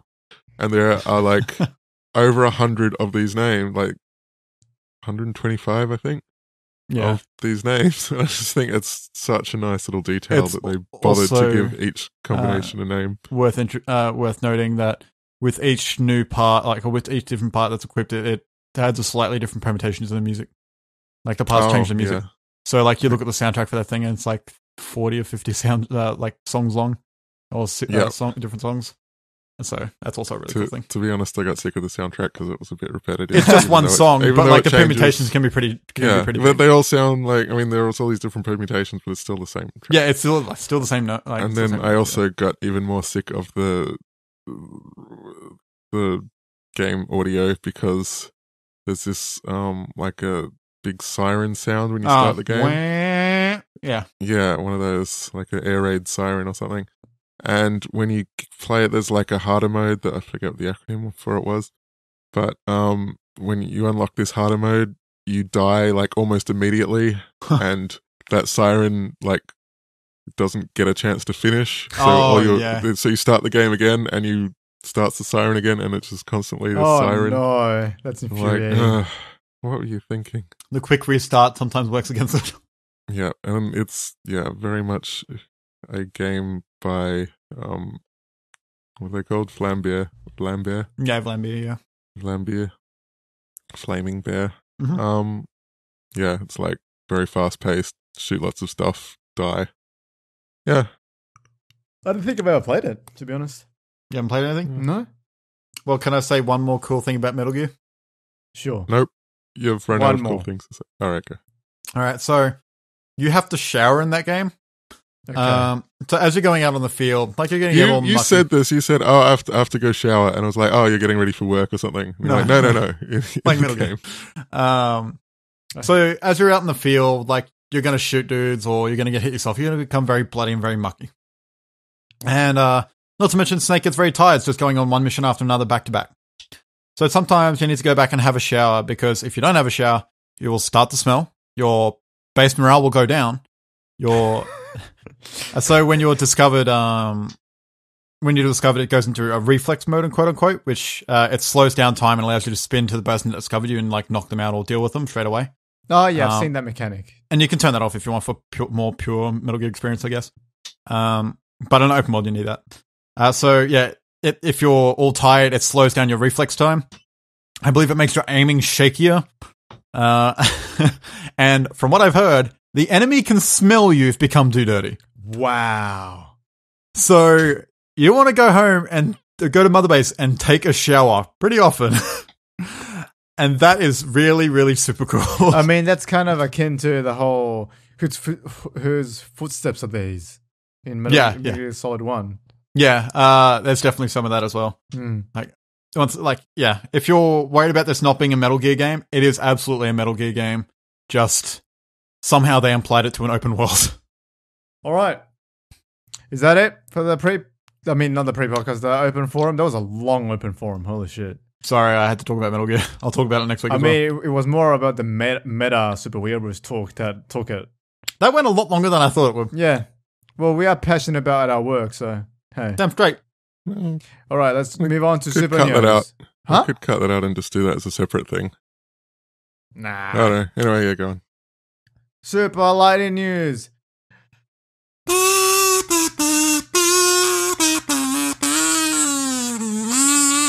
I have a question. And I might have an answer. Do you remember the first Super Lightning News theme? No, because they're all impromptu. So you don't have to worry about running out of tunes. You could accidentally just do the first one again. Pretty much, you are correct. So don't worry about that. I do have kind of a formula for them. Oh yeah, which is mostly a rock or bluesy like sounding riffs. Yeah, go on. What key do you usually use? I don't know what key it is. Drop I play Always by drop ear. I don't know keys. I just listen to something and imitate it. That's how I do music. Drop D was such a big thing in my high school. I mean, it's the cop-out way of doing metal. Come on now. Anyway. Wow. I know some people that will take issue with that. I know. Oof. What? Am I wrong? I can't judge. I'm not I don't know music that well. All right, let's move on then. Ed Boon teases next Mortal Kombat X character pack. Ed Boon posted a picture on Twitter featuring 4 silhouettes, while also teasing that some news related to the pack will drop tomorrow. Even when people brightened up the image to see the silhouettes clearer, I don't know who the fuck it is. I have no clue. Looks like a bunch of dudes with torsos. You know, on the far right, the silhouette on the far right kind of reminds me of that silhouette from that dude from Hunter x Hunter from the Phantom Troop, the blonde guy with the full tracksuit outfit. Oh yeah, I know what you're talking about. I can't remember his name though. Yeah, I know you're talking about that. That's what that silhouette on the right reminds me of. I have a feeling one of these guys is going to be Noob Saibot for some reason.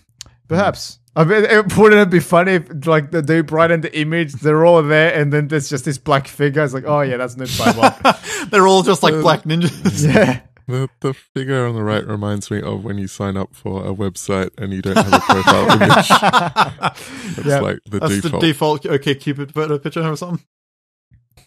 Uncharted 4 getting single-player DLC for the first time in franchise history. Naughty Dog is keeping details sparse, but Arne Meyer of Naughty Dog has explained at the GameSpot expert that the developer had a good experience developing The Last of Us single-player DLC Left Behind. It worked really well for us for The Last of Us. Well, that's kind of weird to say. Yeah, The Last of Us is a bad name in sentences. Yeah, the mayor explained, we thought we could put together a really great piece of content as well for Uncharted 4, that is. They also announced varying different editions of the game, like limited edition and such. There were so many limited editions announced this week. I didn't put this one in. Go to GameStop or freaking EB Games if you want to see that stuff. And on sadder news, Soul Calibur Lost Swords Yay, is Soul shutting Calibur down news. on November 30th. Not good Soul Calibur news yet. Bingo. Bandai Namco has announced that the free-to-play PS3 game, which has had more than 2 million downloads, launched in 2014. Sales of consumable items will cease on September 30th. The sale of the rest of the in-game items will end on October 30th. From what I understand, not many people are sad about this, considering it had no multiplayer anyway. I'm Oh. sad, and I didn't even have the game. I'm sorry, Pingo. I'm sorry for your loss. I'm like, yeah, Soul Calibur news. And Shutting hold down. on to your pants, John, because there was What, a man? Shovel Knight amiibo announced. Yep. Good thing I'm not wearing pants. Oh, wow. Okay, then. I did not need to know that. I am wearing pants. I just said that for effect. I'm I'm not gonna get it. I don't like the amiibo. What? Nope. I don't like the pose. Unbelievable. I don't believe it. You're not getting this amiibo? When Like, you it's have got- an unhealthy obsession with Shovel Knight and you own it on so many consoles? Yeah, I mean, that was my game of the year last year, and I still love that game to death. But I don't like the amiibo. I kickstarted the game. Wow. I quite like the Is amiibo. thi- If I had a Pengo, 3DS, is this I'd John probably we're get it. talking to right now? So the reason why I bought Shovel Knight on multiple platforms is because they had new pieces of content, and I like playing the game. I don't like And the an physical amiibo- amiibo. Amiibo is a new piece of content. I mean, yeah, it has co-op, but I'm not gonna play. No, I'm it's not a playing physical I'm not piece playing of content. Shovel. I'm not gonna play co-op Shovel Knight with somebody. That is not what I think of when I play Shovel Knight. Do you want to play Shovel Knight with me? No, because I don't think it's online co-op. It's only on the Wii U because it's an Oh. amiibo feature. Well, I am amazed, and in amazement, I will move on. Resident Evil Origins Collection announced. This Origins Collection is a physical disc that bundles the earlier released Resident Evil Remaster. Sorry. Typo there, but remaster and the upcoming Resident Evil 0 remaster will be available for Xbox One, Xbox 360, PS4, PS3, and PC. Europe will get the bundle on January 22nd, and North America will see a release in early 2016. No details have been announced for Australia. As always, Deadpool game getting PS4 and Xbox One re-release. Don't get it. The re-release will include the DLC from the original game, 2 extra levels, and alternative outfits. It will launch on the 17th of November in North America and Australia. I could not find details for Europe. Oh well. This Well, is just a way Europe? to cap. Well, yeah, Wow. I separate. Yeah, I separate all that stuff. This is just a lazy way to capitalize the fact there's a Deadpool movie coming out next year. Oh yeah. Don't get this I mean, fucking I can thing. see that happening. Yeah. Don't. Japanese gaming mag Famitsu reveals Ace Attorney 6. Capcom confirms the announcement. Despite the game not being officially announced, Famitsu revealed that Ace Attorney 6 will be playable at Tokyo Game Show in 2 weeks.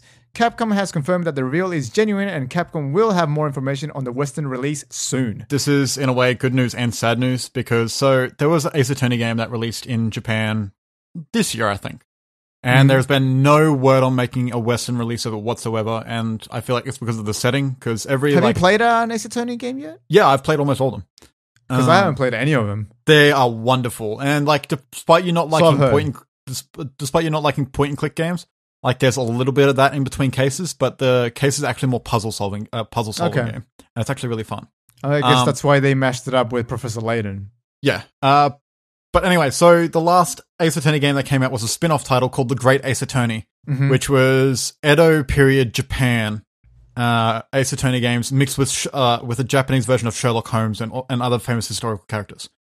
I that's want to cool. play that so bad, but That I sounds don't really think it's cool. going to make its way to the West because of this. If it does, it's going to be bundled together. But, Here's hoping. man, Deus Ex Mankind Divided coming February 26, 2016.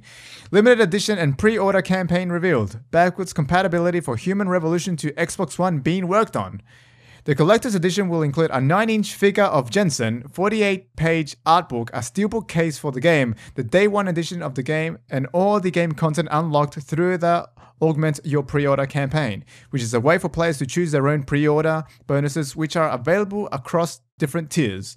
More pre-order bonuses will be unlocked as the number of global pre-orders rise. The biggest bonus unlocked through this campaign is getting to play the game 4 days early. this isn't the first time this has happened. Steam has had some programs where if you buy a game early and a lot of other people pre-order it early, it unlocks different new tiers of bonuses as it goes. So this is just a Kind of website like a version of that. Kickstarter thing, but in actual purchasing things. Yeah, it's just another way. Like it's an evolution of the pre-order bonuses, which involve the people more, gives them more Yeah. agency, and makes them feel better about it. It's a smart idea. And happy more Street Fighter news. Street Fighter V Collector's Edition announced.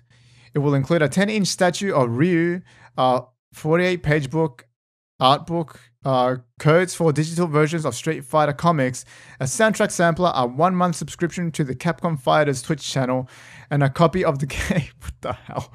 Capcom also announced 4 pre-order costumes that will be available at different retailers. The costumes are for Ryu, Cammy, Bison, and Chun-Li, apparently. Yep. Quick note on that. I don't know for people that that are in Australia listening to this.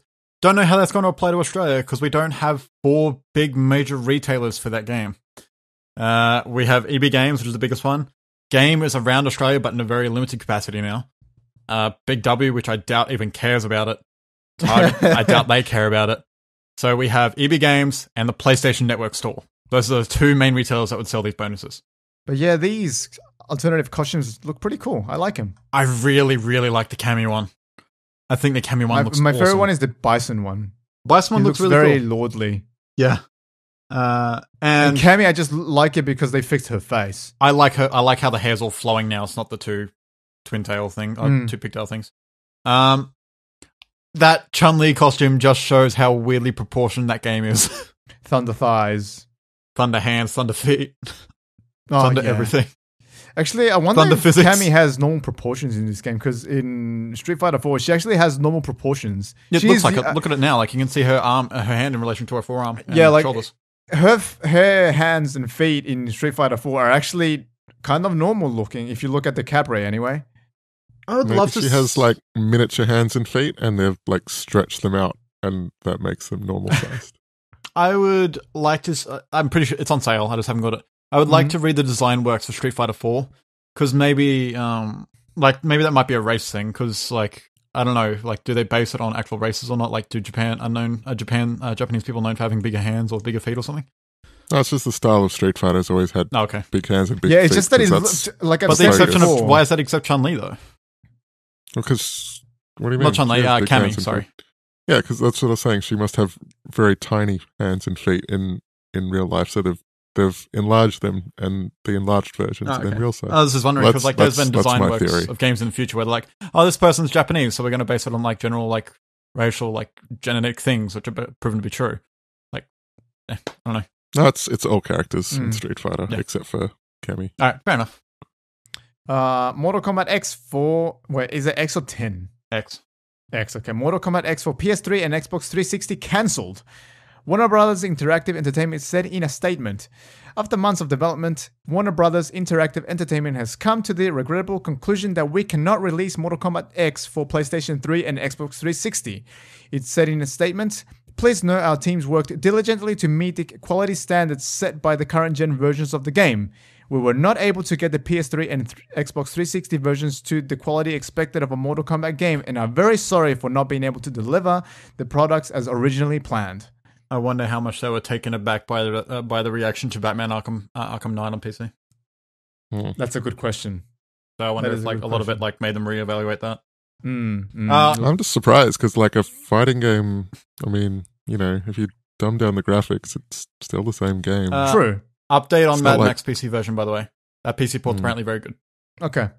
That's good. There was a Forza 6 launch trailer, which I did not watch because I didn't even see it. Yo, guess what? Cars. Right, Yeah, it's a car simulator. They're shiny.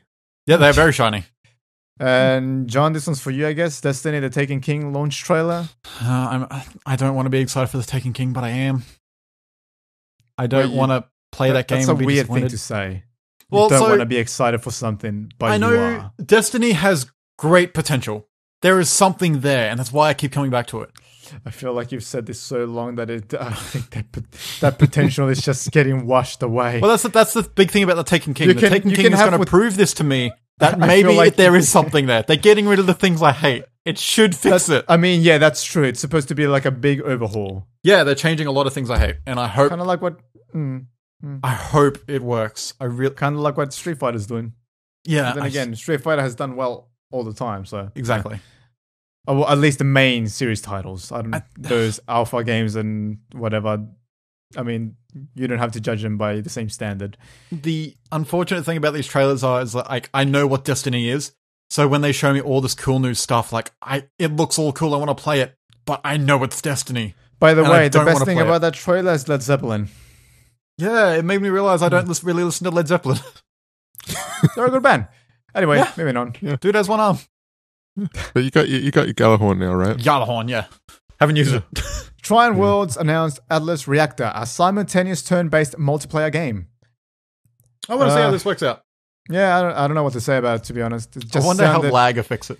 It's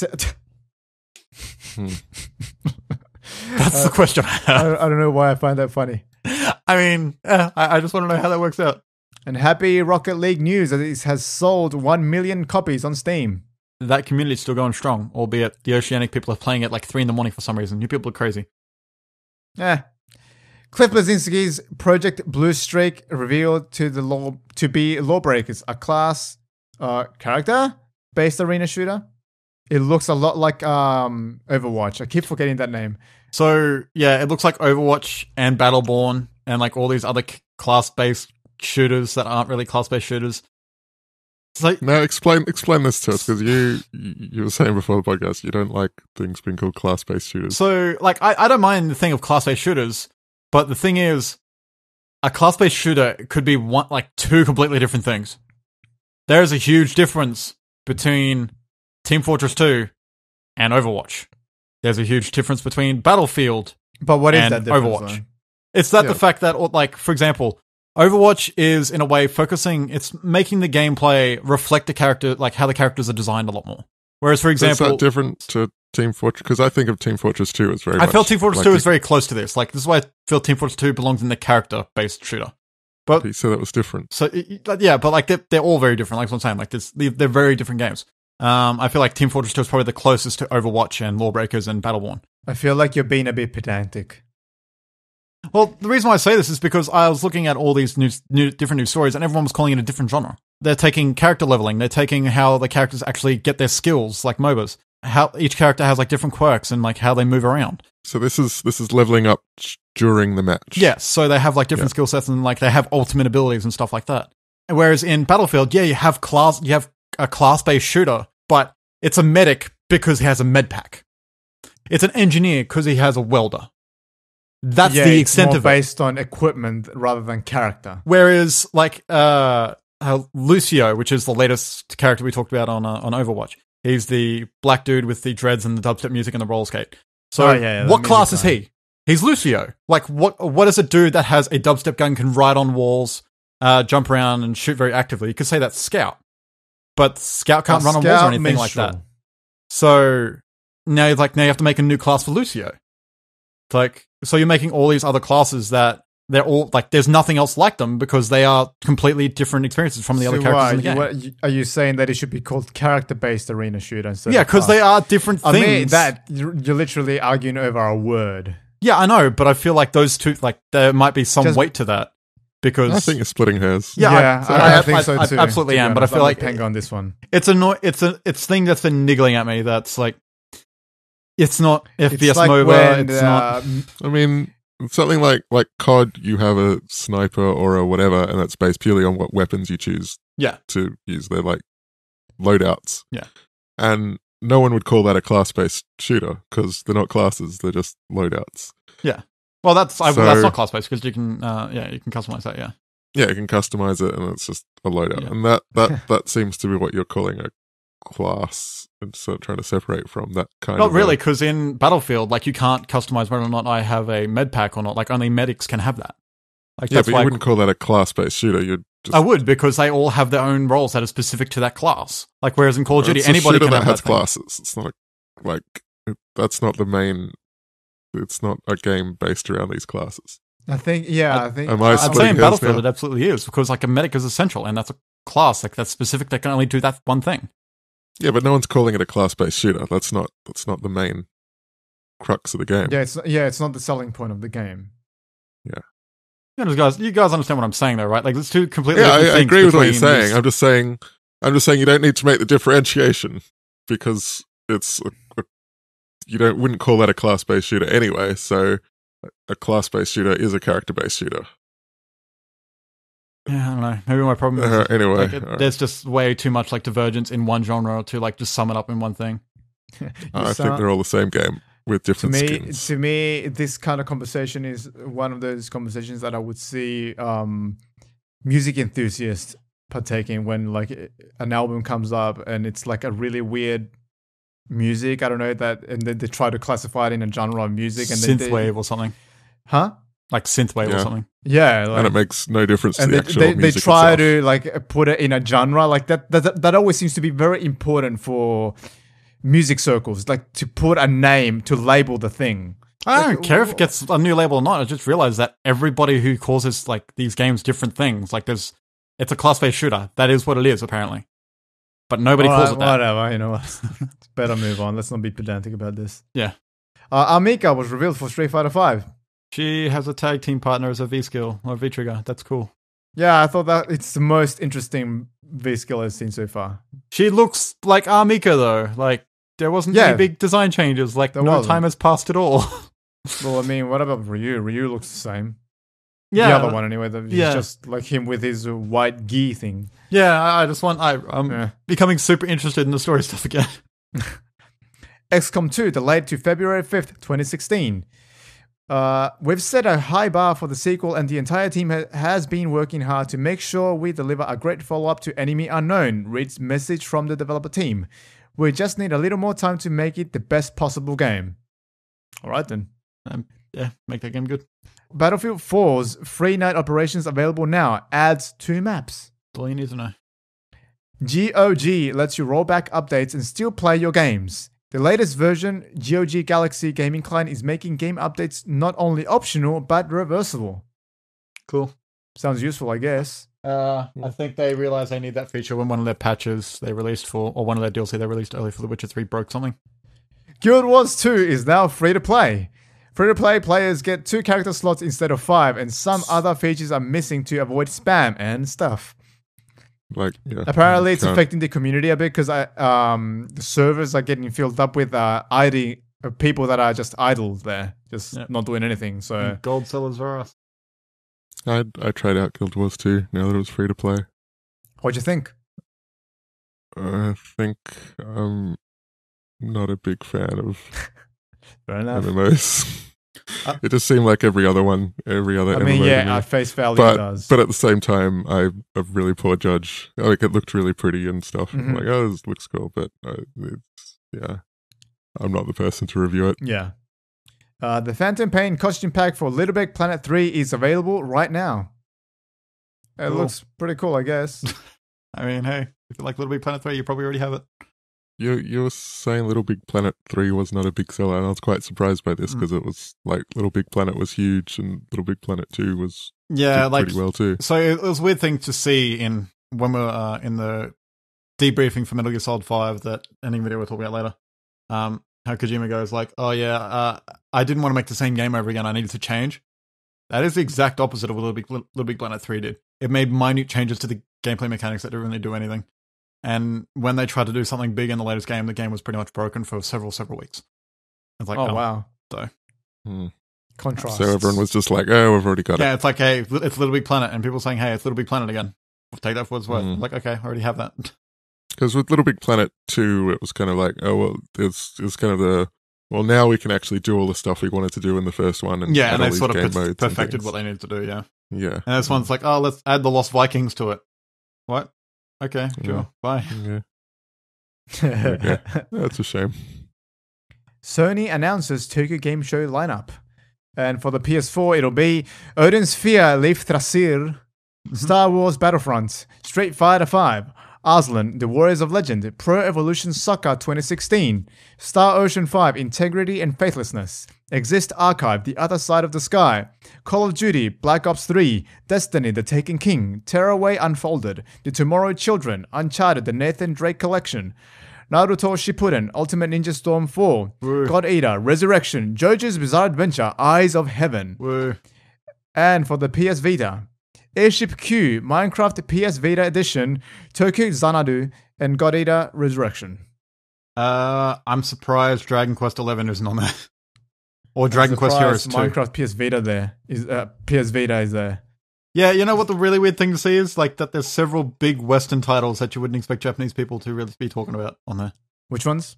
Like this happened last year as well, but it's like, hey, let's watch Tokyo Game Show and see another trailer for Black Ops 3. Next to, the next to, where is it? Arlen, the Warriors of Legend. Yeah, next to Black Ops. Sure. Why not? I know. It's a weird juxtaposition. After 4.5 years of work, Armello is out. Woo, I know we're on it.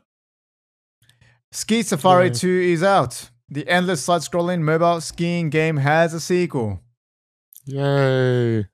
And in Developers. the cultural news of the week, magpies recognize faces, attack same people every day, so they can hold a grudge, I suppose.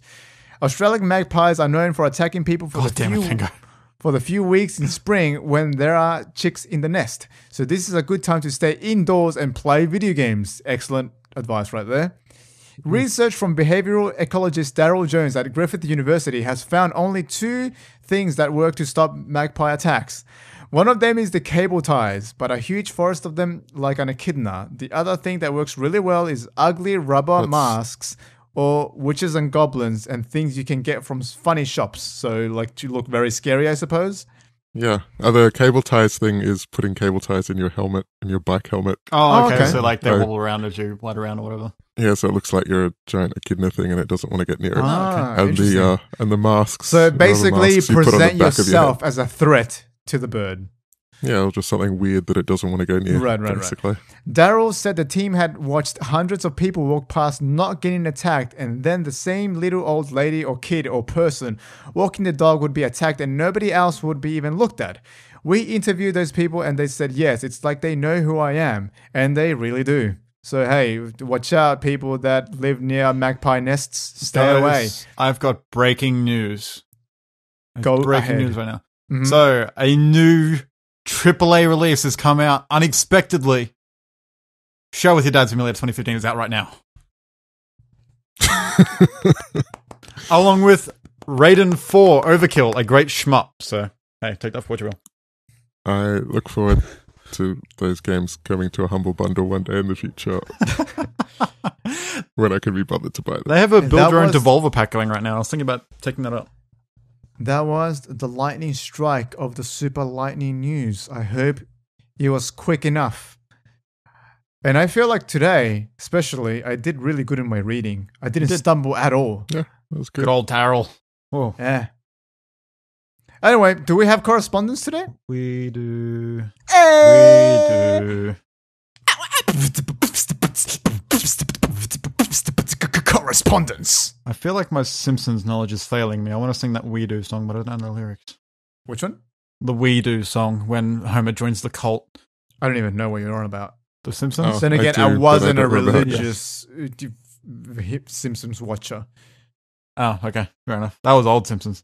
Anyway, from Cosmo Skunk. Cosmo, he's so loyal. He is. Or she, I don't even know. Or skunk person. Skunk people. Skunk people can be everything. True. So, Just like real skunks. yeah. I have so many options laid in front of I them. can't believe Pengu dubbed our audience. The skunk people? Yeah. What if somebody takes offense to that, man? I hope so. I mean, come on. Slipknot calls their fans maggots, maggots, yeah. and they don't mind at all. So Yeah. hey, All right. we call them skunks. So, And Cos, we could call them salty brothers and salty sisters. I feel like the people would But take that's that a bit in more the of a- wrong way. Though. Salty Like, Sisters sounds like it rolls really well off the tongue. Yeah, it does, but then you also have to say salty brothers, and They it don't matter. becomes a bit more of a mouthful. SB and SS? No. Salty skunks and sisters. Hey, excuse me, are you being sexist right now? Read the god that question. Yes. Yeah. Hi, official Super Weeabros of Salt. It me, that Moe skunk who likes to bother your show. Hope you all had a Please good week. keep bothering us forever. And John, hope you're not dead on the show from all the MGS5. I am good. Thanks to these guys pushing the podcast back because they know I'd probably be a wreck. His first question Welcome. is, so your favorite Bleach character? I guess that came from the Renjibare thing last week. And he says his favorite is Byakuya here. That's an interesting question. That is. There's a lot of them. Yeah, so I stumbled across a screen cap of one of the later manga chapters a few weeks ago. Okay. and it was Kenpachi Zaraki, the dude with the spiky hair and the bells. Mm-hmm. And his big thing was he couldn't release his Zanpakuto because he didn't know its name. Oh, wait, you're very late. Yeah, I'm You're late very to this. I'm way past that. Yeah, I haven't really read it. I stopped when the anime stopped, so I haven't really read anything. Yeah, that's fine. That's fine. And I saw his release Zanpakuto. I'm like, oh, okay. So it might be Kenpachi because he was like the badass dude who like eventually just kept on getting beaten for some reason. Mm-hmm. I don't know. He reminds me of all the good wrestlers in wrestling that can't get a shot, and I feel sorry for him. I'm gonna be vanilla, and I'm gonna say Rukia. I was going to say Rukia. But I've never watched it. I just googled it. Oh, that character looks cool. I think Rukia's Bankai is really cool. It is. Yeah, I want to say Kenpachi, but I want to also be really vanilla and say Ichigo. Because, well... Oh, well, that is very vanilla. My entire username came off Ichigo. Like, off two things. Like, my original big username before I got Emerald GFX was Emerald Ichigo. Wow, is Renji cool? I didn't remember that. Yeah, because I was huge into Bleach at the time. It was like the first forum I ever really delved into. It was an anime forum. Did you know that Ichigo means strawberry? Yeah, it can also mean number one, doesn't it? That would be Ichiban. Ichiban? Okay. I think. Yeah, Ichiban, you're right. But, yeah, so... Yeah, I'm going to say Ichigo because my Hence name... the line of prize figures are Ichiban Koji or Kuji, something like that. Okay. I'm not going to pretend I know Japanese. No, it's because I have an Ichiban Kuji figure of Mio Akiyama from K-On! Oh, okay. Don't need to watch that. I like this question. Is Foster's really Australian for beer? No, it's not. It's absolutely not. Which one? Foster's? Is Foster's really Australian for beer? Ah. No, it isn't. I wouldn't know. I believe Foster's isn't even an Australian beer. It used to be. It used to be, but it's not anymore. I don't know. Yeah. I definitely. I'm going to fact search that real quick. We'll have to look it up. But Foster's advertises outside of Australia.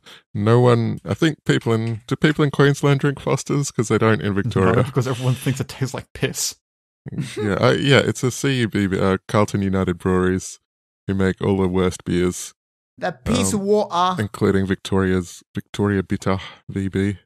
It is internationally distributed Australian brand of lager. It is owned by South African brewing group Sab Miller. So take that for what it's worth. Sub Miller. Yeah, what's up, Miller? It is Carlton United Brewery, so it was originally in Australia. It was. But no, I don't know where that started because like the big Australian It started beer... because they keep advertising overseas and like during Sydney 2000 Olympics, there were ads all over the place, all over really? Sydney for Foster's. Wow, I don't remember that. As soon as the Olympics were over, you would not see one of those ads. You would not see Foster's anywhere. It was like you'd hear that stuff a lot, like especially since I listen to a lot of international podcasts. It's like, oh yeah, I wanted to get a like example that some people might recognize. You wanted to get a statue of myself holding a platypus and a can of Foster's. Like we don't drink Foster's over here. What do we drink? What I find is often lager of choice is either 4X, VB. 4X is a very Queensland thing. Yeah, 4X is a very Queensland thing. VB is Victoria Bitter, right? Yep, Victorian Bitter. Same company as Foster's. And this isn't an Australian beer, but like I also find Corona's extremely popular. There's Corona in my house right now, actually. Oh, yeah, there you go. But otherwise, yeah, there's... Is that because it's a Spanish word? For crown. Yeah, there you go. It's Spanish. Okay. Corona. Yeah, it's not actually Spanish. It's not. We just say beer, and generally, depending on what state you live in, like what your beer of choice could be completely different. Yeah. Me personally, very popular because I'm a fucking weeb, I like Asahi. Asahi's good. Asahi's not bad. It's not very... It's better in Japan. Oh, yeah? That's how snobbish I am. Oh, okay. I mean, from what I hear, is like the cup ramen just from convenience stores in Japan is like a lot better than our like best ramen in Australia or something like that. To say, what does it take to get a person drunk when it comes to beer? It depends. Like some people are just naturally more tolerant to that stuff, I feel. And like, would a bottle of beer, like a personal bottle of beer, get someone drunk? Are we talking you as someone who hasn't drunk before, or are we talking about someone who has? Like someone like me. Someone like you might get drunk on a single bottle of beer just because you haven't drunk much. And also, Totally. like, he's very, very lightweight and stuff like that will come into it as well, right? Yeah, but I'm just saying that but usually like 2 bottles will be, you start to get a bit of a buzz. 3 or 4, you'd start to get a bit more, start to feel a bit, I wouldn't say tipsy, but yeah. Mhm. I was not a big drinker. So on my 18th, or even before my 18th, every time I'd go to like a family gathering, it's like, oh, John, come have another beer with us. Come on, sit down and have a talk. And me being the insocial person I am, like, nah, I'm fine. I don't drink. 18th, same deal. I had half a beer with my brother to celebrate my 18th, and same with the 21st. But Half a beer. I don't like that's how I know freaking Foster's tastes like piss. Wait, you do drink Foster's there? Uh-huh. I had half a bottle of Foster's once.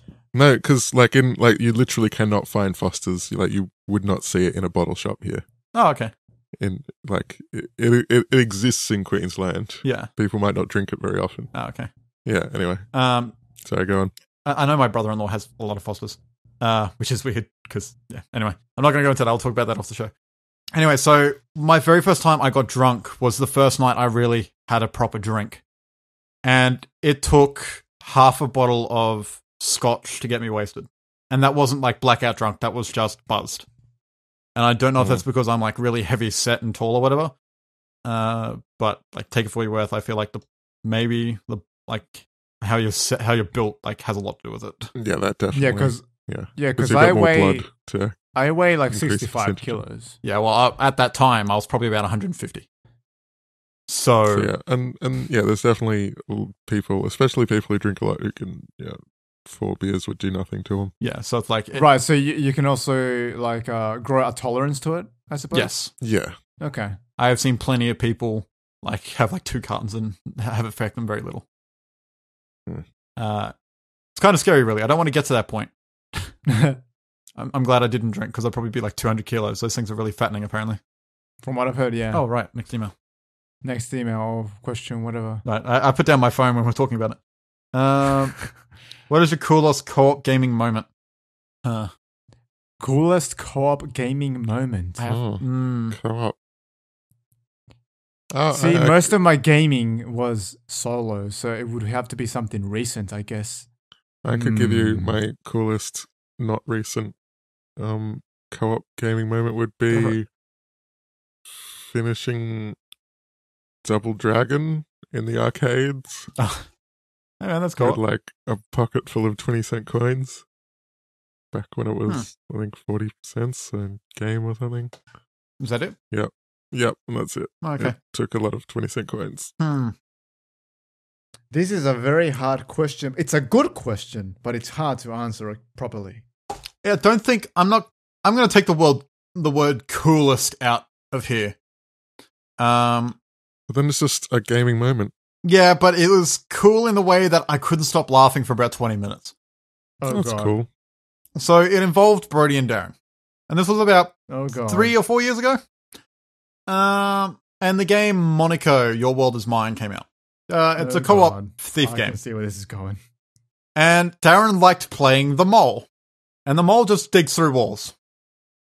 So that co-op session we had was like 3 hours of Darren just going, like, as soon as we got on the mission, just him charging through everything, alerting everything in his possible path. Like, hellfire raining down from start to end of that fucking session. And I've never laughed harder with Brody and Darren going Rambo while I could barely keep up. I hate playing co-op games with them, but fuck if it ain't funny. I mean, sounds good. I thought the Left 4 Dead moment was probably very close as well. The whole, I suppose I'm subbing cool for funny out. But the whole gas tank kerfluffle was also very funny to me. God damn it. And also, I really liked our discussion about knife bodies, which I started thinking about this week thanks to Metal Gear Solid. I think for me, in terms of cool anyway, was in Bloodborne, so quite recently, when I would help other people in their world in that room where I would communicate with others through the emotes. Yeah, the 3 hunters part, yeah. I thought that was cool of me. Yeah, that was very narcissistic of me to say, but no, it was a cool thing. You were helping people out. It's one of my cooler moments in games where I get to show off my knowledge, I suppose. What's the three hunters part? So pretty much there's a pretty difficult part in the game. Like the hunters are very formidable enemies in those games. And at one point you verse 3 at a time and they all have different like playstyles. One is very hard hitting, one's very quick, and one usually just sticks back and shoots at you. And it was very difficult. And Diego, I discovered a way. Diego found a way to do it. Yeah, I discovered a way to actually verse them one by one. Because normally people just rush in. They don't rush in, but they just go in the area normally, just jogging, and then all three of them attack you at once. So I discovered a way to actually kill one and to pick them off one by one, and that makes that area completely different. Like it's so easy that way. Yeah, but it's a bit more methodical, and you have to be really slow about it. What I would do is I would instruct others to follow my directions, and that's how I got them to do it. How I did it. Just worth noting that's super important because when the hunters die, they're gone for good. They don't respawn. Yeah, so that's why that became so much easier. Like they found a way to tick off one of the guys in the run, and that just makes the fight like medial, like nothing happens. Mm-hmm. Trivial, sorry, not medial. So yeah, I remember you loving that moment. Yeah. His next question, which is I don't know what to say about this one. What is the best game you beat multiple times? A game I beat in multiple times. What is the best game you beat multiple times? Street Fighter. Done. Right. Silent Hill Shattered Memories. Wow, you played that a lot, huh? Yeah. Or maybe Dissidia. Duodecim. I can't say Rock Band because Rock Band's just quick playing songs. I think the latest one I can actually remember beating a lot because when I beat games, I generally just try going New Game Plus and then dropping them, which is why I've been having trouble with Bloodborne.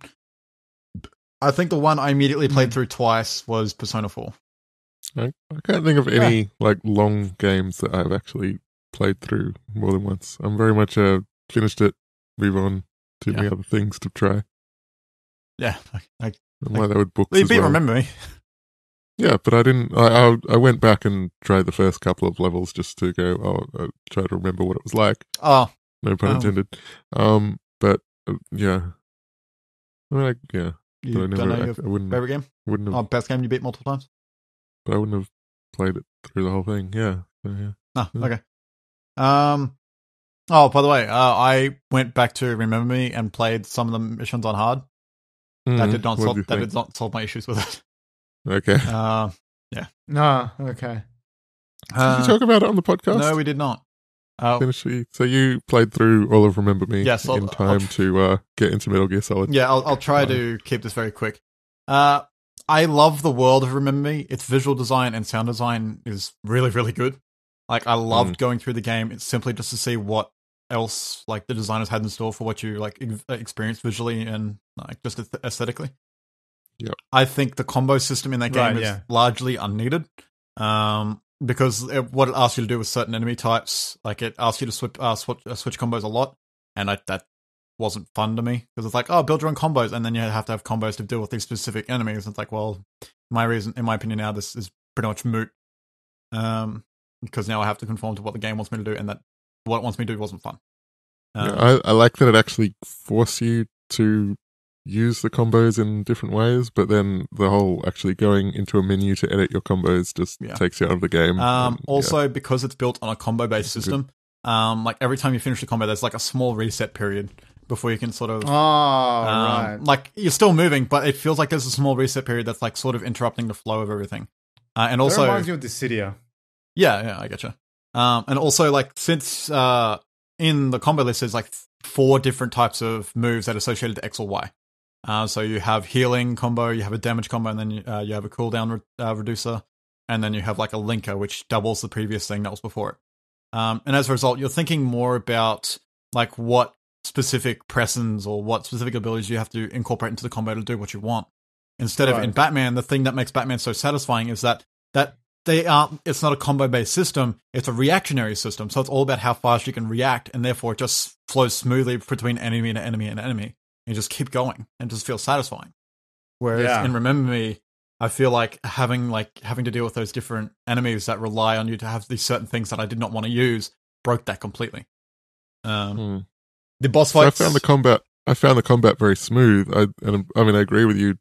Editing your combos was pain. Yeah, and it was more that. So the specific thing that annoys me is say you're fighting 2 enemies in the corner, and there's an enemy in the other side of the like the other side of the room. In Batman, if I tapped X in towards the direction, he would jump, roll, and hit him. Like it would just it would defy any kind of laws of physics. But that combo would keep going. It'd feel smooth. There was no interruption. It's fascinating to watch. Yeah, it is fascinating to watch. It's ridiculous. So like there's that little bit of in Remember Me where like you stop attacking this enemy and you go try to attack the other one and it doesn't work because he's too far away. You just have to kind of smallly jog over there and then start your combos again. But if there's two nearby, I mean, I thought that was part of the game was to get your enemies together so you can try and continue your combos between them and that sort of thing. But when you have enemies that are like you can only take them down with the range with the spammer or something like that, that breaks. Oh yeah, sure. So yeah, I thought it was all part of it. Like that game's biggest thing is like its story wasn't great. It was a bit weird. I really like the story. I love the story. I think it has a lot of weird like theming issues or like clashes that doesn't work. It's all about memory. What's that, sorry? And it's all about memory. What clashes? Yeah, but it tries to go for this sci-fi like it's not something you should be able to. I felt like it was trying to give a Minority Report vibe, where it was trying to be intelligent. It wasn't trying to be like dumb action movie. And there's an entire sequence where you're fighting a dude in a helicopter, and he's making references to Little Red Riding Hood while making all these cheesy dumb one-liners. And it's like, oh, I'm playing this like sci-fi weird future, and then he's like, oh, I'm a big bad wolf with sharp teeth coming after you. I'm like, what the fuck is going on? I felt like there were parts of that, like that was one thing. There was also the news reports where they're trying to be like a gossip columnist giving serious news, and like what they're doing, you could see maybe it would have worked in French when they like if the person writing it knew how to write, and like it just seemed like different parts of it were translated by people who had different levels of competency with English. Yeah. And it just, I don't know. I mean, I agree that was jarring, that sort of stuff. But it just felt like it lost something in translation. Also, in a character way, I didn't like the game is really short. I beat it in 6 hours the first time through, but still long enough to have a satisfying experience. But that leads to not being able to connect with the character. Like, there's not enough connection with the characters that it introduces you. The character you're in contact with the most is through the radio. You don't get to see them at all until the end. And like as a result, it's like I have no connection to these characters. I don't care what happens to them. I don't know what their personality is. Like and from the very beginning, like the first character you meet, it's like, oh, something's up with this guy. There's going to be something to him. Like whether he betrays me or something else happens, there's something to him. It was very, the way they did characters I didn't like. Edge, who you're talking to on the thing the whole time. Well, didn't you find it interesting to actually find out who he was? Yeah, I found that interesting, but it's like... I thought that was really good. But it wasn't like... I never thought at any point, it's like, oh, I'm going to see this guy face to face and he's going to be a normal human being. Like, oh, there's something to this guy.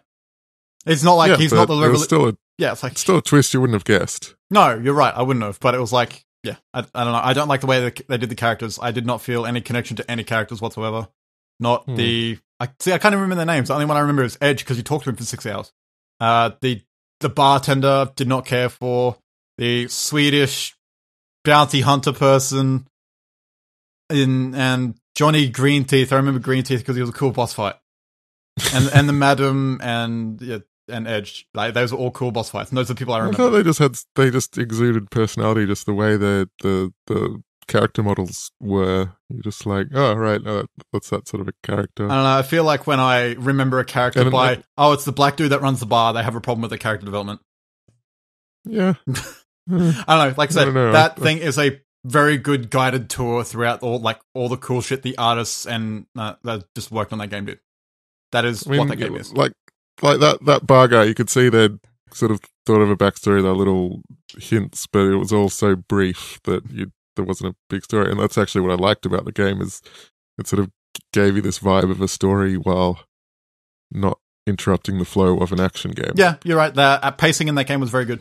I know you don't like it, but I also really like the platforming sections. Also, they're very linear, but they weren't. Yeah, really I was surprised you're saying you liked those platforming parts because I found it wasn't so much that they were linear. I liked that they were linear. It was that it seemed very straight. They were just too straightforward that you hold this way and jump and you get to the next platform bit. To me, it was just a way for them to show me like all the cool ideas they had for the environment. Yeah, and that's what I loved about it. Yeah, so that game is well worth the money if it's at like $15, and just to experience like what the cool stuff they did for 6 hours. It was real cool. Yeah, otherwise it's okay. What question was I out? I forgot. Favorite co-op experience? No, we're on the next question. Have you ever owned a Game Shark? No, I haven't. Nope. But nope, I have not owned a Game Shark ever. My first PC game I bought was The Bard's Tale, the original one, which comes bundled with the new version of Bard's Tale. And that's when I learnt how to use. Actually, my dad showed me how to use a hex editor. Huh. We used this file manager called Xtree Gold, which I'm sure someone out there has heard of. It had a built-in hex editor, and the entire like save game fit on like half a screen, maybe a screen full, and you could print it out and every hex code of the entire save game. And so it saved the game, and this is kind of what memory, what are they called? Memory editor things? Anyway, other things that hack for modifying games kind of do, but this is just with the save game. So you'd save the game, get a copy of, I think I physically printed it out, got some gold in the game, saved it again, printed out that save game in a hex editor, and so which bytes had changed, and you go, okay, this has increased by a little bit. Let's try making that the highest value possible, FFFFF, in hexadecimal. And you go back into the game, and it's like, oh, you now have -1 gold. and that's how I learnt how signed integers work. Except it displayed it as a signed integer, but still worked as a unsigned integer, so you could still just buy limitless amounts of stuff. That was That's great. awesome. The most fun thing of that was changing the character classes, because you had a party of 6, if I remember right, and there was just a single byte to the 255 possible character classes, and you just start randomly changing things, and it's like my rogue has now turned into a stone golem. It's like awesome, stealthy. Wow, and I like what an opposite. Yeah, it was so I don't know if I ever finished the game or got very far, but that was the funnest part of it. Sorry, this goes back into all the meta thing at the start of the podcast, but like that's another like I feel like you're a game dev. Do you feel like that would have influenced like how you interact with games from that point on? Absolutely, and it not just in how I interpret games, but how I interpret a lot of digital things. Yeah, like where you just start to go, oh, a bank balance, that's just a bunch of numbers stored in a server somewhere. You know? That's interesting, because I never had that. Like I was just with my brother just playing games. Like we didn't ever take that stuff apart. Like there was always Grand Theft Auto. Oh, this cheat code that gives me infinite health. We never went into like hex editing, like transforming like bits of code. I don't think there are any other games where I did that. I mean, but and it's interesting to actually like look up that game now, because you play it on because I got a copy of it with the Bard's Tale. Yeah, the new completely different game that's out now. Yeah. And went searching for what's out there, and so like 15 different people have made character editors which effectively do what I was doing, but a bit more nicely, with making a little program that does it. Yeah. And so it's like, oh, everyone's tried doing this. This is amazing. And that's super interesting. Yeah, and you couldn't do that. Like, it would be a lot harder to do that with other games nowadays, because your save files aren't just, yeah, I feel like bytes or whatever. That tinkering mentality has kind of died out now, where you can just open a thing up and just like fiddle with it and trying to figure out how it works is kind of over. Well, it gets harder. Well, yeah, but we're at things where like you have microprocessing units and stuff like that. Yeah, but you still have Cheat Engine, I think it's called. Yeah, Cheat Engine's still very good at that. Yes. Yeah, and it basically does that with your memory, where you, like, and I've played in MAME. I think it's built in the arcade machine emulator, where you just you go into a menu while you're playing Pac-Man or whatever and say, I have 2 lives, and it remembers everywhere in memory that has the number 2 in it, and then you die and you go, no, I have 1 life, and it goes and finds everywhere that was 2 now is 1, and then you can change it to however many lives you want. That's funny. So that, and yeah, especially in older games, it's a lot easier, I guess. And I've never used Cheat Engine or whatever the modern versions are. Cheat Engine is still very universal. Like, for example, the most recent example I had using Cheat Engine was, hey, Dying Light worked with it. There you go. Okay, yeah. So, yeah, anyway, that's super interesting. God damn it. I love how everyone's, like, kind of roots and how they approach games is actually, like, depends on their history. Yeah, and I've got a friend, like, I don't hardly even remember this, but a friend he's told me that he always noticed that's how I approach games, was to like tear them apart. Like I had a stunts game, it's like a car racing game where you could build a racetrack and stuff. And the first thing I did in it is just drive off into the distance and see how far you could drive before hitting the edge of the world. Just I remember doing something like that in World of Warcraft. Oh, really? Did you get to the edge of the world? No, I wanted to get to the middle of the whirlpool. Oh, the shattering. Gotcha. Oh. Yeah, like way before there was something there. Yeah, I gotcha. And I got to an edge, like a physical edge. There was like a cliff in the water, I suppose. Yeah. Yeah, that makes sense. I mean, that was WoW, essentially, back then. Anyway, we got into a topic. I think there's one more. Yeah. Will Pengo please keep watching JoJo? Man, I don't think he's even started. I have, yeah. I'm up to episode. I've watched the first 4 episodes now, I think. I don't remember you saying you watched JoJo. Oh, okay. Oh, yeah. Cute. I think I mentioned I watched an episode or something. I remember you saying you watched 1. Oh, okay. Yeah, So you're on episode 4. I watched 4. All right. Yeah. All right. Yeah, Pengo. For you, Cosmo, I'll keep watching. Yes. I feel like I've cheated out Zato now because you're watching the thing. And I haven't watched any of Zatoichi stuff. Oops. And you guys have to watch Akira. I've watched it, man. I have the 25th anniversary edition on Blu-ray. Oh. Well, Diego, you have to watch Akira. I do. It's true. I'm gonna. You'll finally watch it and go. I'm gonna say now. Stupid entertainment. Don't go into that like expecting huge things. Like that has fallen victim to people hyping it up to hell and back. What are you talking about? It's great. It's a great movie, but it's not the second coming of anime Jesus. Well, we'll let Diego decide. Well, yeah, well, let me decide when I watch it. I'll make up my own mind. It's a great movie. I enjoyed it. But I was kind of disappointed with what people are hyping it up with. Anyway, what's the Salty Cast salty stance on Adventure Time? I think it's cool. Never watched it. Cool. What? That's like the best anime. Yeah, one of the best anime, like Avatar, The Last Airbender. Yeah, I think it's pretty cool. Yeah. It's got pretty funny writing. Yeah, I mean, the writing stuff on that is very, very good. I like it when cool artists draw that female Finn thing. Fiona. Yeah. Yeah. Oh, that's a human, right? I think that it's one of those shows that have like a lot of adult references that kids won't understand, but it's still a kid-friendly show.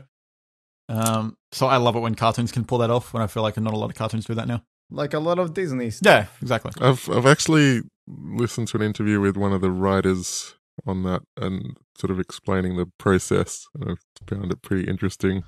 And that they, normally have a story where it has, beginning, middle, and end, where there's some quest that they set out to resolve, and then they resolve it. With Adventure Time, they'll resolve their issue and then step it up a notch and just go overboard with it. So instead of just simply fixing something or doing whatever, it's like they've done it and then 1,000 times over and done something completely crazy on top of that. Huh. And I can't think of any examples. But so you said to listen to that into a podcast or a video? What's that? I can't remember. I think it was a podcast. Okay, well, while we're on the topic of podcasts, you were talking about your interest in like eventually kickstarting or doing something like that. Not to plug podcasts out on our own, but I highly recommend you listen to the Beastcast episode 12. They got a developer called Samantha Coleman, which released a game just recently called Centris. And she went through the whole Kickstarter rigmarole, and that episode specifically goes through like how that worked and like how she dealt with it and everything like that. Oh, cool. And it's just like good. an hour and a half of that. So yeah, I've read like little snippets of people talking about their Kickstarter experiences, and it's always like, Yeah, you think you're just gonna kickstart something, and it's like a month of just really intense work. Yeah, like that campaign, like that marketing campaign is nuts. It's like extremely like tiring and stuff like that. But yeah, I'll link it to you later anyway. Just make sure you get it. I found it on Google. Oh, cool. All Okay. right. And yeah, he says, I think that's it for me. Have a good show, everybody. Heart Cosmo. Thank you, Cosy. Thanks, Cosmo. Thanks, Cosmo, man. Appreciate Named it. after my favorite theater play. Cosy. Thanks, Cosy. And that is everything. Unless you want me to read junk mail. I can read junk mail. Nah, No, not we'll needed. skip mail. When we get have real actual mail. good questions. We do. I love Cosmo's We questions, don't need. man. Yeah, they're good. And I'm alive. They're Thank you for very checking on engaging. my well-being. I appreciate it. Yeah, it's a good thing, because otherwise we wouldn't be able to get to the correspondence. Oh yeah, I think I've given Diego the email before. Yeah, no, I have it. I can access it. Especially after the episode where I was thought not to be on it because I just woke up as Diego texted me and I jumped into the middle of Mumble and he was practically screaming. I feel like you should have that information now. All right. I'm happy you're alive too then, John. Thanks. I'm probably going to play more Metal Gear after this. All right, don't die. Stand up every hour. You don't want to get I deep actually vein thrombosis did do like that me. later on in that 24-hour stretch.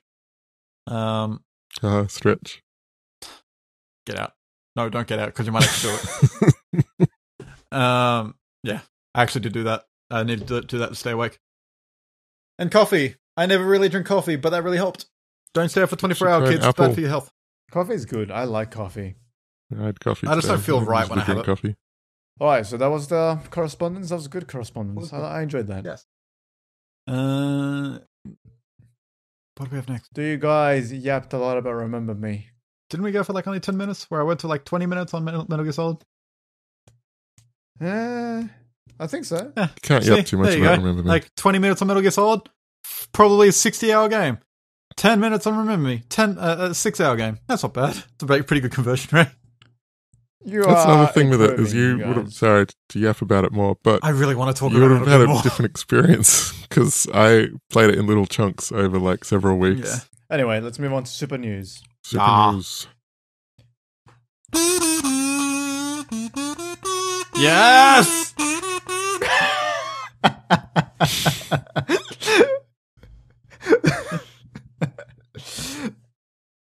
Thank Snake you. Eater. So, we talked about something off podcast, I think yesterday or the day before. Go ahead. And you're like, did Nuclear, I think Pingo said it, did he get Mike Oldfield to write Nuclear or something like that?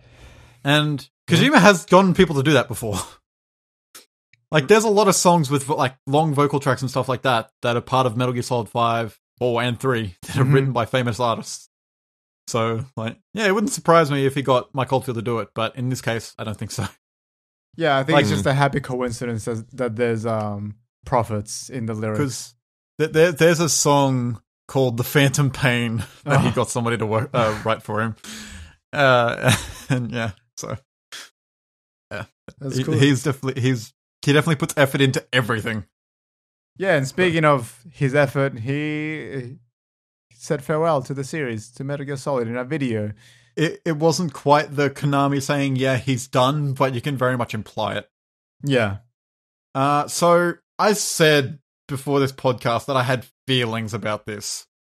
And I enjoy the video a lot, and like the tribute to Sean was very touching, and like it was cool of him to do that.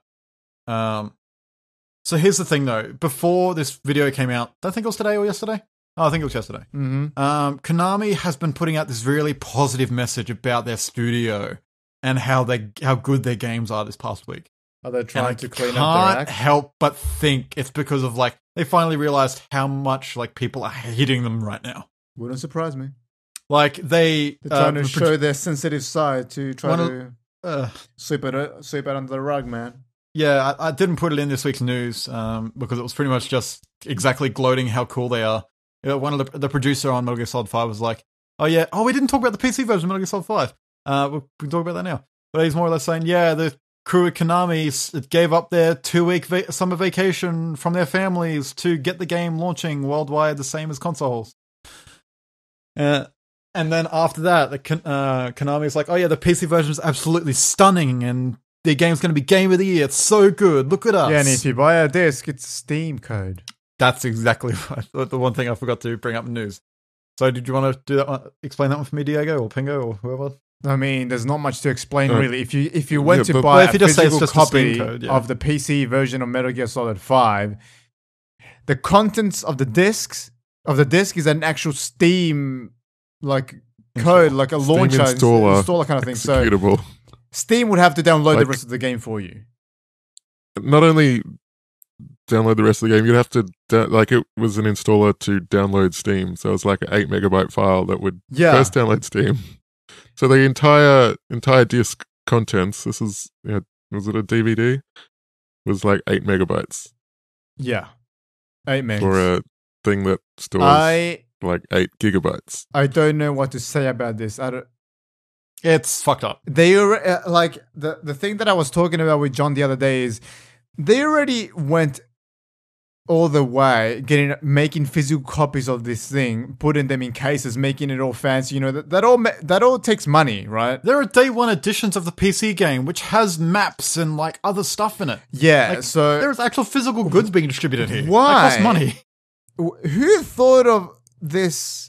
Like, the only way I can understand it, it must have just been a rush job. It's like we have this, like they've been saying the date they're releasing it for months. Yeah, like how they pushed can it up by you 2 like, weeks. copy We a few have- files and onto a Blu-ray? I don't understand. Well, like when you're moving on this larger scale, it's like that's one big step that they overlooked, but It That must is have still just a not lengthy been step, ready yeah. in time But because they you already need went all that timeline to get it ready for that. yeah. But period they of, already like, went through the well, effort it's of not making ready. all the branding for the discs and the cases and the art on them and all the printables. So the thing Like- is like wondering why they wanted that PC version to come out alongside the consoles, because that wasn't the case. It was 14th of September that when it was supposed to come out.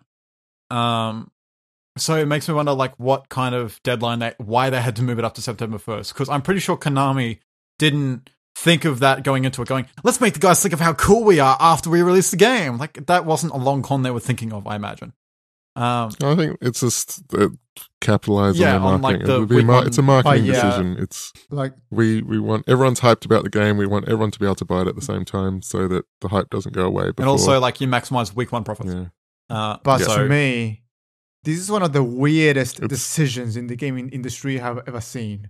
Out of all the things, I imagine it's probably one of the most time consuming. I imagine that transferring files to a many number of disks is probably very time consuming. Has It's- this it's more ever just getting happened that before? master Something ready. like this? I have not heard of Maybe. it personally. This is so but- strange. I think there has happened recently, but it wasn't a case of. Oh yeah, this happened to me recently. What was that? What was that game that? I mean, the game was on the disc, but then the day one patch, you had to download the whole game That was again. Kind of thing. a Halo Master Chief Collection. So all the single player stuff for all the Halo 1 through 4 games were on the disc, but the multiplayer, which is 50 gig, you had to download, and that was a day one patch. So that was kind of that kind of What thing. about the rare Aussie collection? That users. was the Rare had- Replay did Collection, something that was like another thing. Yeah. So all of the 360 games on that were pretty much just backwards compatible. So that means all the games on the disc are more or less just Atari to Xbox games, whereas all the 360 games were just downloadable titles. And even that didn't even fill in the disc, and that sucked. It was like, oh, I want to play the 360 game, so I bought the physical version. It's like, Yeah, nope, you have but to download I think those. this Konami thing is a little bit more specific and weird. Yeah, because that entire Kinda thing that takes the disc is cake, for though, was not doesn't there. it? Uh-huh. Yeah, it kind of takes Like the there have been cake small as- instances yeah. of this. Like I had one that particularly annoyed me because I wanted a physical version of it. But I bought the Metal Gear Solid Legacy Collection last year when it came out. It was like this supposed to be celebrated as this huge like celebration of Metal Gear Solid. It packs all the games into one collection, art book and everything like that. And it's like, oh yeah, here's all the games in this collection: Metal Gear Solid 1, Metal Gear 1 and 2, and stuff like that. I'm like, cool. So I have a physical version of every Metal Gear game. And then I open it up to play Metal Gear Solid, and they're like, oh, here's your code for Metal Gear Solid on the PlayStation Network. I'm like, fucking hell, man, really? Because there are collections, say Kingdom Hearts collections, where it's just all the games, no matter what it is, on disc. Yeah, that's how It's like- that's what I would expect. Yeah, but like I get this collection, I'm like, all right, cool, open it up. It's like, oh, it's 2 discs, one containing the HD collection, or the HD remasters of 2 and 3. Like, what if And you don't 3 have an has Metal internet Gear 1 and connection? 2. That's the thing. Yeah, exactly. It sucks. I don't know why they did it. But that was like a small thing, and nobody really cared for that because, like, yeah, okay, that makes a little bit of sense. It's so weird. Yeah, this is probably the worst case of it. But I will say, Metal Gear Solid 5 is only 27 gig.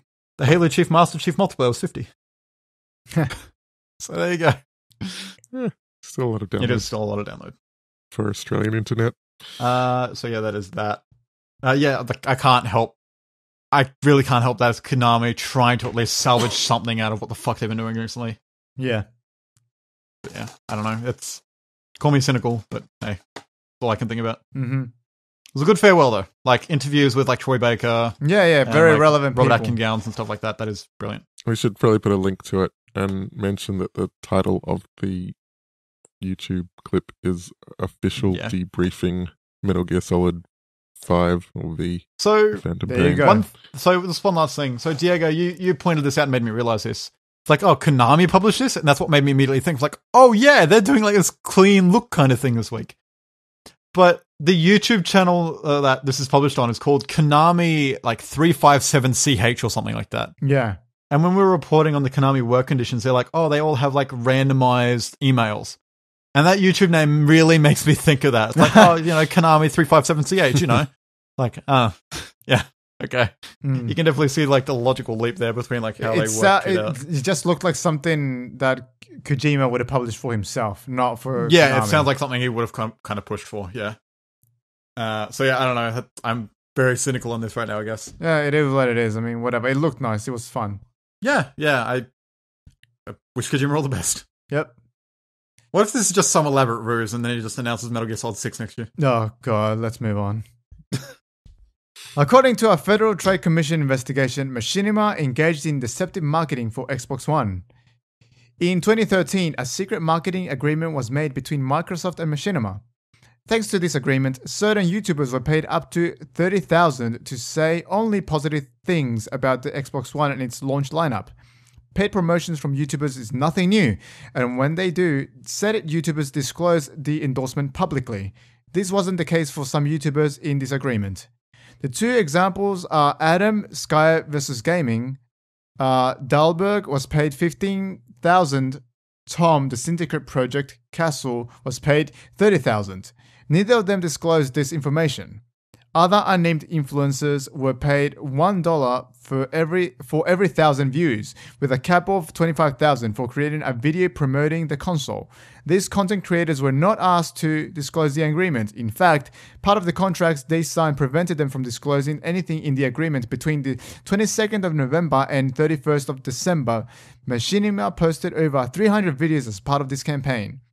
The FTC proposes that Machinima is required to ensure that its influencers clearly disclose these agreements in the future, and Machinima is obligated to check that their influencers have complied 90 days after a video is posted. So, bear in mind... I remember hearing about these kind of things early on in the new console cycle. Yeah. So it was the case, huh? Yeah, it was. So... Look at those dates, November the 22nd to the 31st of December. Yeah. So that's the holiday period from the 22nd of November is the launch of the Xbox One. So shady. So shady. And the 31st of December, holiday season, prime for console buying. I get that's when you make a decision as a content creator to put your morality and your morality in play and say whether you take that money or not, because I mean it is a quite a nice sum. It's weird seeing the Syndicate Project on this. It's hard to pass up. I mean, it's weird seeing the Syndicate Project on this because those guys are so big. They're really big. So yeah, I don't know. Like I really, really hope, and I'd like to believe I'd put my foot down on this, that I'd never be in this situation. Because like. This is the very thing that a lot of these people involved in the YouTube community, that are generally just people yelling in the comment section, so you shouldn't ignore them to begin with, are people that are saying the games press isn't needed anymore. Well, guess what, fuckers? It's because of this shit that we are needed. True. So, hey, it validates their existence even more. Guess what, fuckers? Yeah. I don't mean to be so abrasive about it, but it's so annoying. It's like, oh, we need YouTubers. Like, they show us the game and, like, we can decide if we want to buy it. Yeah, but it's also the personality you're watching it for. And if they're doing this without disclosing it. you're not exactly getting the full experience there. Well, I think we've clearly I think it's made it our what do you call it? Our rules, not Prerogative. rules. The word is escaping me. Never mind. Go ahead, Pengo. Fucking hell. I was just going to say it's good that because this has come to light, it means people think twice about doing it in future, even if someone's on the fence about going, I could take $30,000 to, Yeah. True, yeah, because promote that would have a negative to impact on your privately work in the future. approach that. Yeah, and you just go, well, look, hey guys, look, it came to light last time. You probably shouldn't be doing this. I kind of wanted to go to these, Yeah. like, I want to go to the Syndicate Project and Skyburst Gaming's channels and see, like, how much of the comments have converted into, like, just rage over this. And I bet there's not many. Because this is, like, so far removed from where it happened. And I bet, like, a lot of people that watches those channels don't care for major gaming news like this anyway, or industry news like this anyway. So I feel like they kind of got off the hook a little bit, considering Yeah, the it takes a cinema different has kind of upfronted it. fan to care Yeah. about this. Yes. And it's so long in the past. Yeah, exactly. It's like yeah. way the off. damage has been done, and at the same time, I mean, you know, it's like you're going to hear negative views from somewhere, and like, you know, most of the major networks aren't going to say too many terrible things about, you know, No, they're not. Yeah. a new platform that's coming out when it's just been announced. You know, like, From my experience in like working as an amateur games critic, yet getting review copies, somehow that works. Like when people are like, "Oh, their editors tell them that they can't do this," like from my experience, that doesn't happen. You get the game from like the person that doles out the review discs and all the review codes, and you review the game. That is the beginning and the end of your extent with the reviews, like distributor. Other than like the little piece of paper they send you of what you can't talk about in the review. And generally that thing is not like the bad things, it's, this story point. Like specifically the paperwork for Lightning Returns was very, like really opened my eyes on that. It's like, okay, this is like a major game, and there's a lot of things that they don't want to talk about because it's very much just stuff that is like spoiler alert. Yeah. I did have a friend who worked at a major magazine reviewing games, and he had a different sort of experience where he said he actually, because he gave so many games negative reviews because there's so many terrible titles out there, they started to tell him to, hey, maybe you could find a few more positive things about the games. And that wasn't, I don't think that was coming from the publishers of the games, that was just coming from the people publishing the magazine, because it's like, well, you know, we're making a gaming magazine, we don't want to just have every page being negative. Yeah, so I won't go into depth in this because I don't want to bag out anybody or like get into like behind the scenes stuff. But the main reason Diego and I split off in this is because like Press Start and us had a clash in ideologies on how things should be handled. And that led to me just not wanting to be there anymore. It wasn't exactly ethics though. No, it was not ethics. It was just how a things difference were in style. Yes. And I'm not going to go into that because, hey, like I don't. I want mean, to we've damage talked anybody's about that reputation. plenty. Yeah, not too into specifics though, but yeah, we'll leave it at that. Like, hey, Yeah, well, I don't we have our think own ways of people- handling things, and I Yeah. did not feel comfortable like with my way of doing things at Press Start, so I made my own way. But yeah, from what I understand, like I never got asked to a point, hey, you should rate this game higher. In fact, like I said, there was one point where I wanted to give a game a 10 out of 10 because we were moved to a 10-point system. And then Shannon did the cool thing of like questioning my review and trying to shoot it full of holes and like trying to make me be reasonable. And I really appreciated that. Like that, it helps. Like basically to make sure you weren't being a fanboy. Yeah, or like, something. and I really appreciated that. It was a So, super cool yeah. thing to do. Yeah. So yeah, like I appreciate that. But hey, I know how I want to work on things, and I kind of want to let myself do it whenever I want. And last bit of news. Oh wait, you want to say something? Oh yes, I did actually. So this stuff not being disclosed is not the first instance of this news popping up in the past few weeks. I didn't get a chance to read it before the previous podcast, but there was also an investigation going into I forget his name, the Sea Nanas and Captain Sparkles, because they are involved with the development of a game that they are promoting on their YouTube channels. And I believe I think the whole thing is the same thing. Like they're not disclosing that actively. So that's causing another illegal issue. Oh, okay. So once again, hey, don't know about how big and small you are. People have issues with this shit. Please disclose. I mean, that's the your whole shit reason shit. why Gamergate started. Exactly. We don't want another one of those. Do the right thing. Disclose your shit. Yeah, it's not hard. Especially after that I have shit to is still kicking up, and we did what they wanted. I have to disclose that I did meet the developer of Ski Safari once, I have to disclose, and he was a nice guy, and we had a beer. I have to disclose that I met the developers, or some of the developers of Assault Android Cactus, and they were cool dudes. Oh, what a good game that one! Goddamn. Exactly. I haven't met them, by the way. I I just played that game and thought it was really cool. That's all. I think that was the first game at PAX where they actually asked me to leave the booth because I was spending too much time. It was a cool thing too because I don't know what he was expecting from Presser there or whatever, but it was interesting. I walked up, he's like, "Oh yeah, try our game," and then like it's very intuitive. Like the main thing is like it's a twin stick shooter, but you actually pull the trigger to fire it. Yeah. It's a small change, but it feels good. And then I quickly felt the brown with the buttons and immediately jumped into it. He's like, "Oh, whoa, you got straight into that." I'm like, "Yeah, you like twin stick shooters?" "Yeah." Like, "Oh, cool, I don't have to explain anything." And he seemed super happy. Like, "Yeah, it's all right, man. Let's just sit here and talk about comic books for like half hour." It was a cool experience. That dude was awesome. Can never remember his name though. Is that game out yet? No, it's still early access. It's it looks entering like its final stages, I believe. Like they're just like polishing it up now. We should get review copies for that game. I already own a review copy. I don't. Oh right, your account. Like yeah, all right. I want one. Yeah, I will gift it to you. I wanna let's play that game so hard. I wanna show it to the world. I'm just gonna you start reading the next story. I'm gonna do a status update on. And last bit of news. Not really news, but it's worth noting anyway. Gaming computers are wasting lots of power. A study by Berkeley Lab shows that gamers can achieve energy savings of more than 75% by changing some settings and swapping out some components, while also improving reliability and performance. Because your average gaming computer is like 3 refrigerators. Gaming computers represent only 2.5% of the global installed PC base, but account for 20% of the energy used.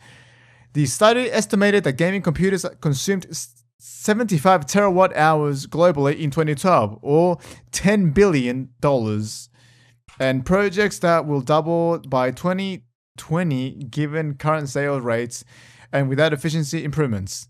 Potential estimated savings of $18 billion per year globally by 2020, or 120 terawatt hours are possible. Was that by you, Pengo? Yeah, that was me. How did you guess?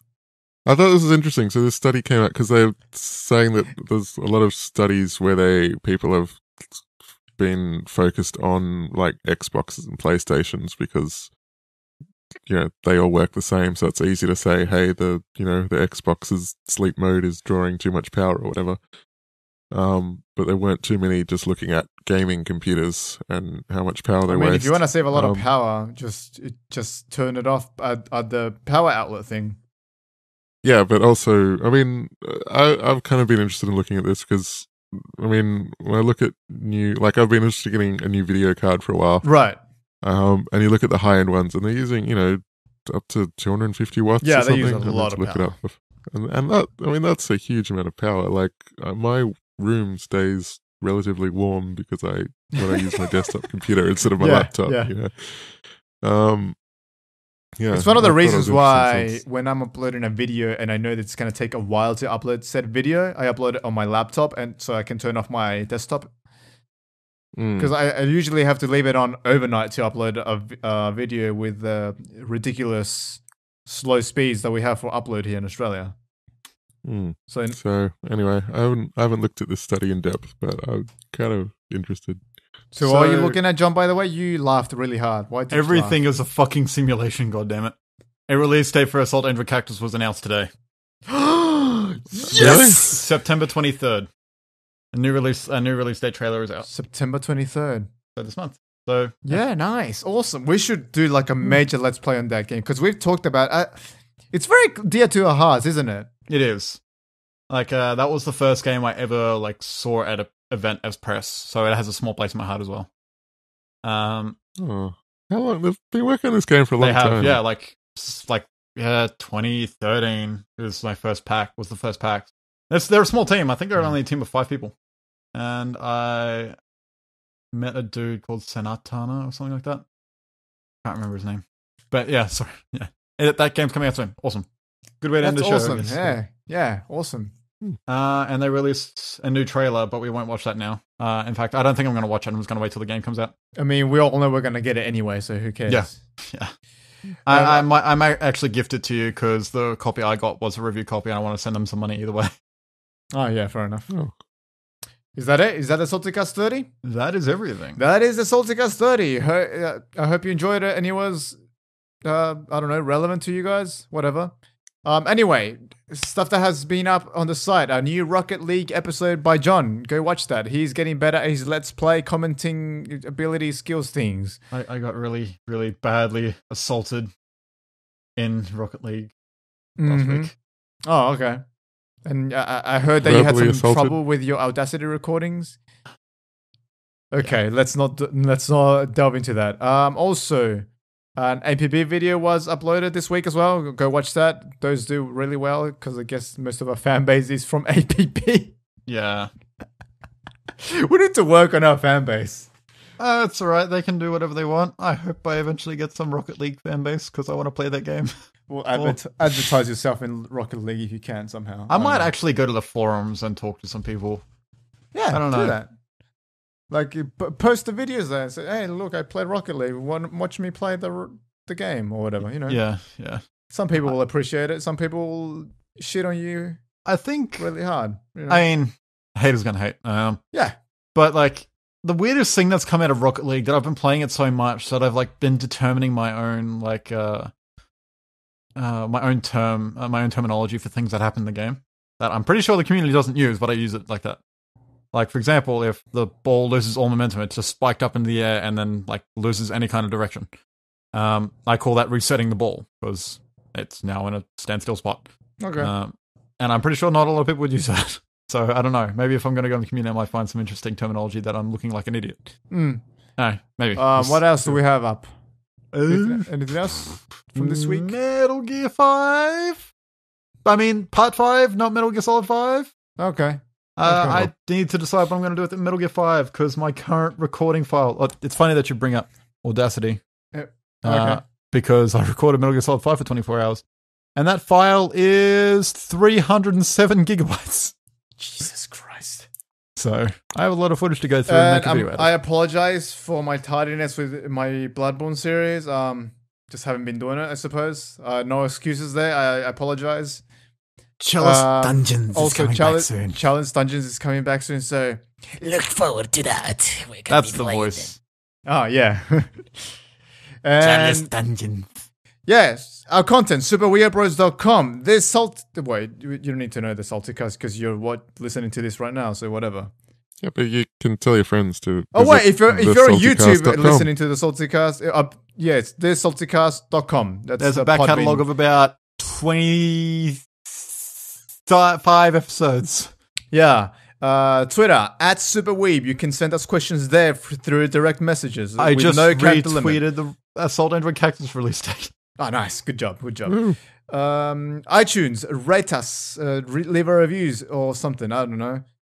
And then call yourself Diego so I can be sad. Yeah, and that's about it. Pengo, your Twitter? And my Twitter is @Peter_Halas, HALAS. And that is it. Say your goodbyes, my people. I've got food to eat. Bye, people. Pizza? Yeah. You eat a lot of pizza. This is my first pizza this week. All right. Bye, B.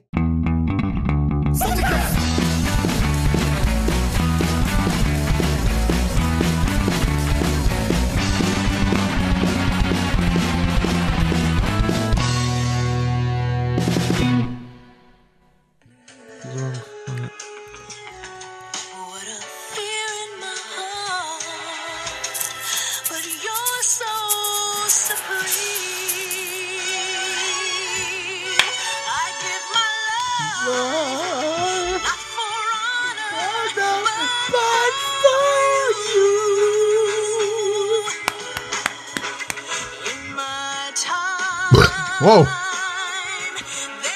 Bless you.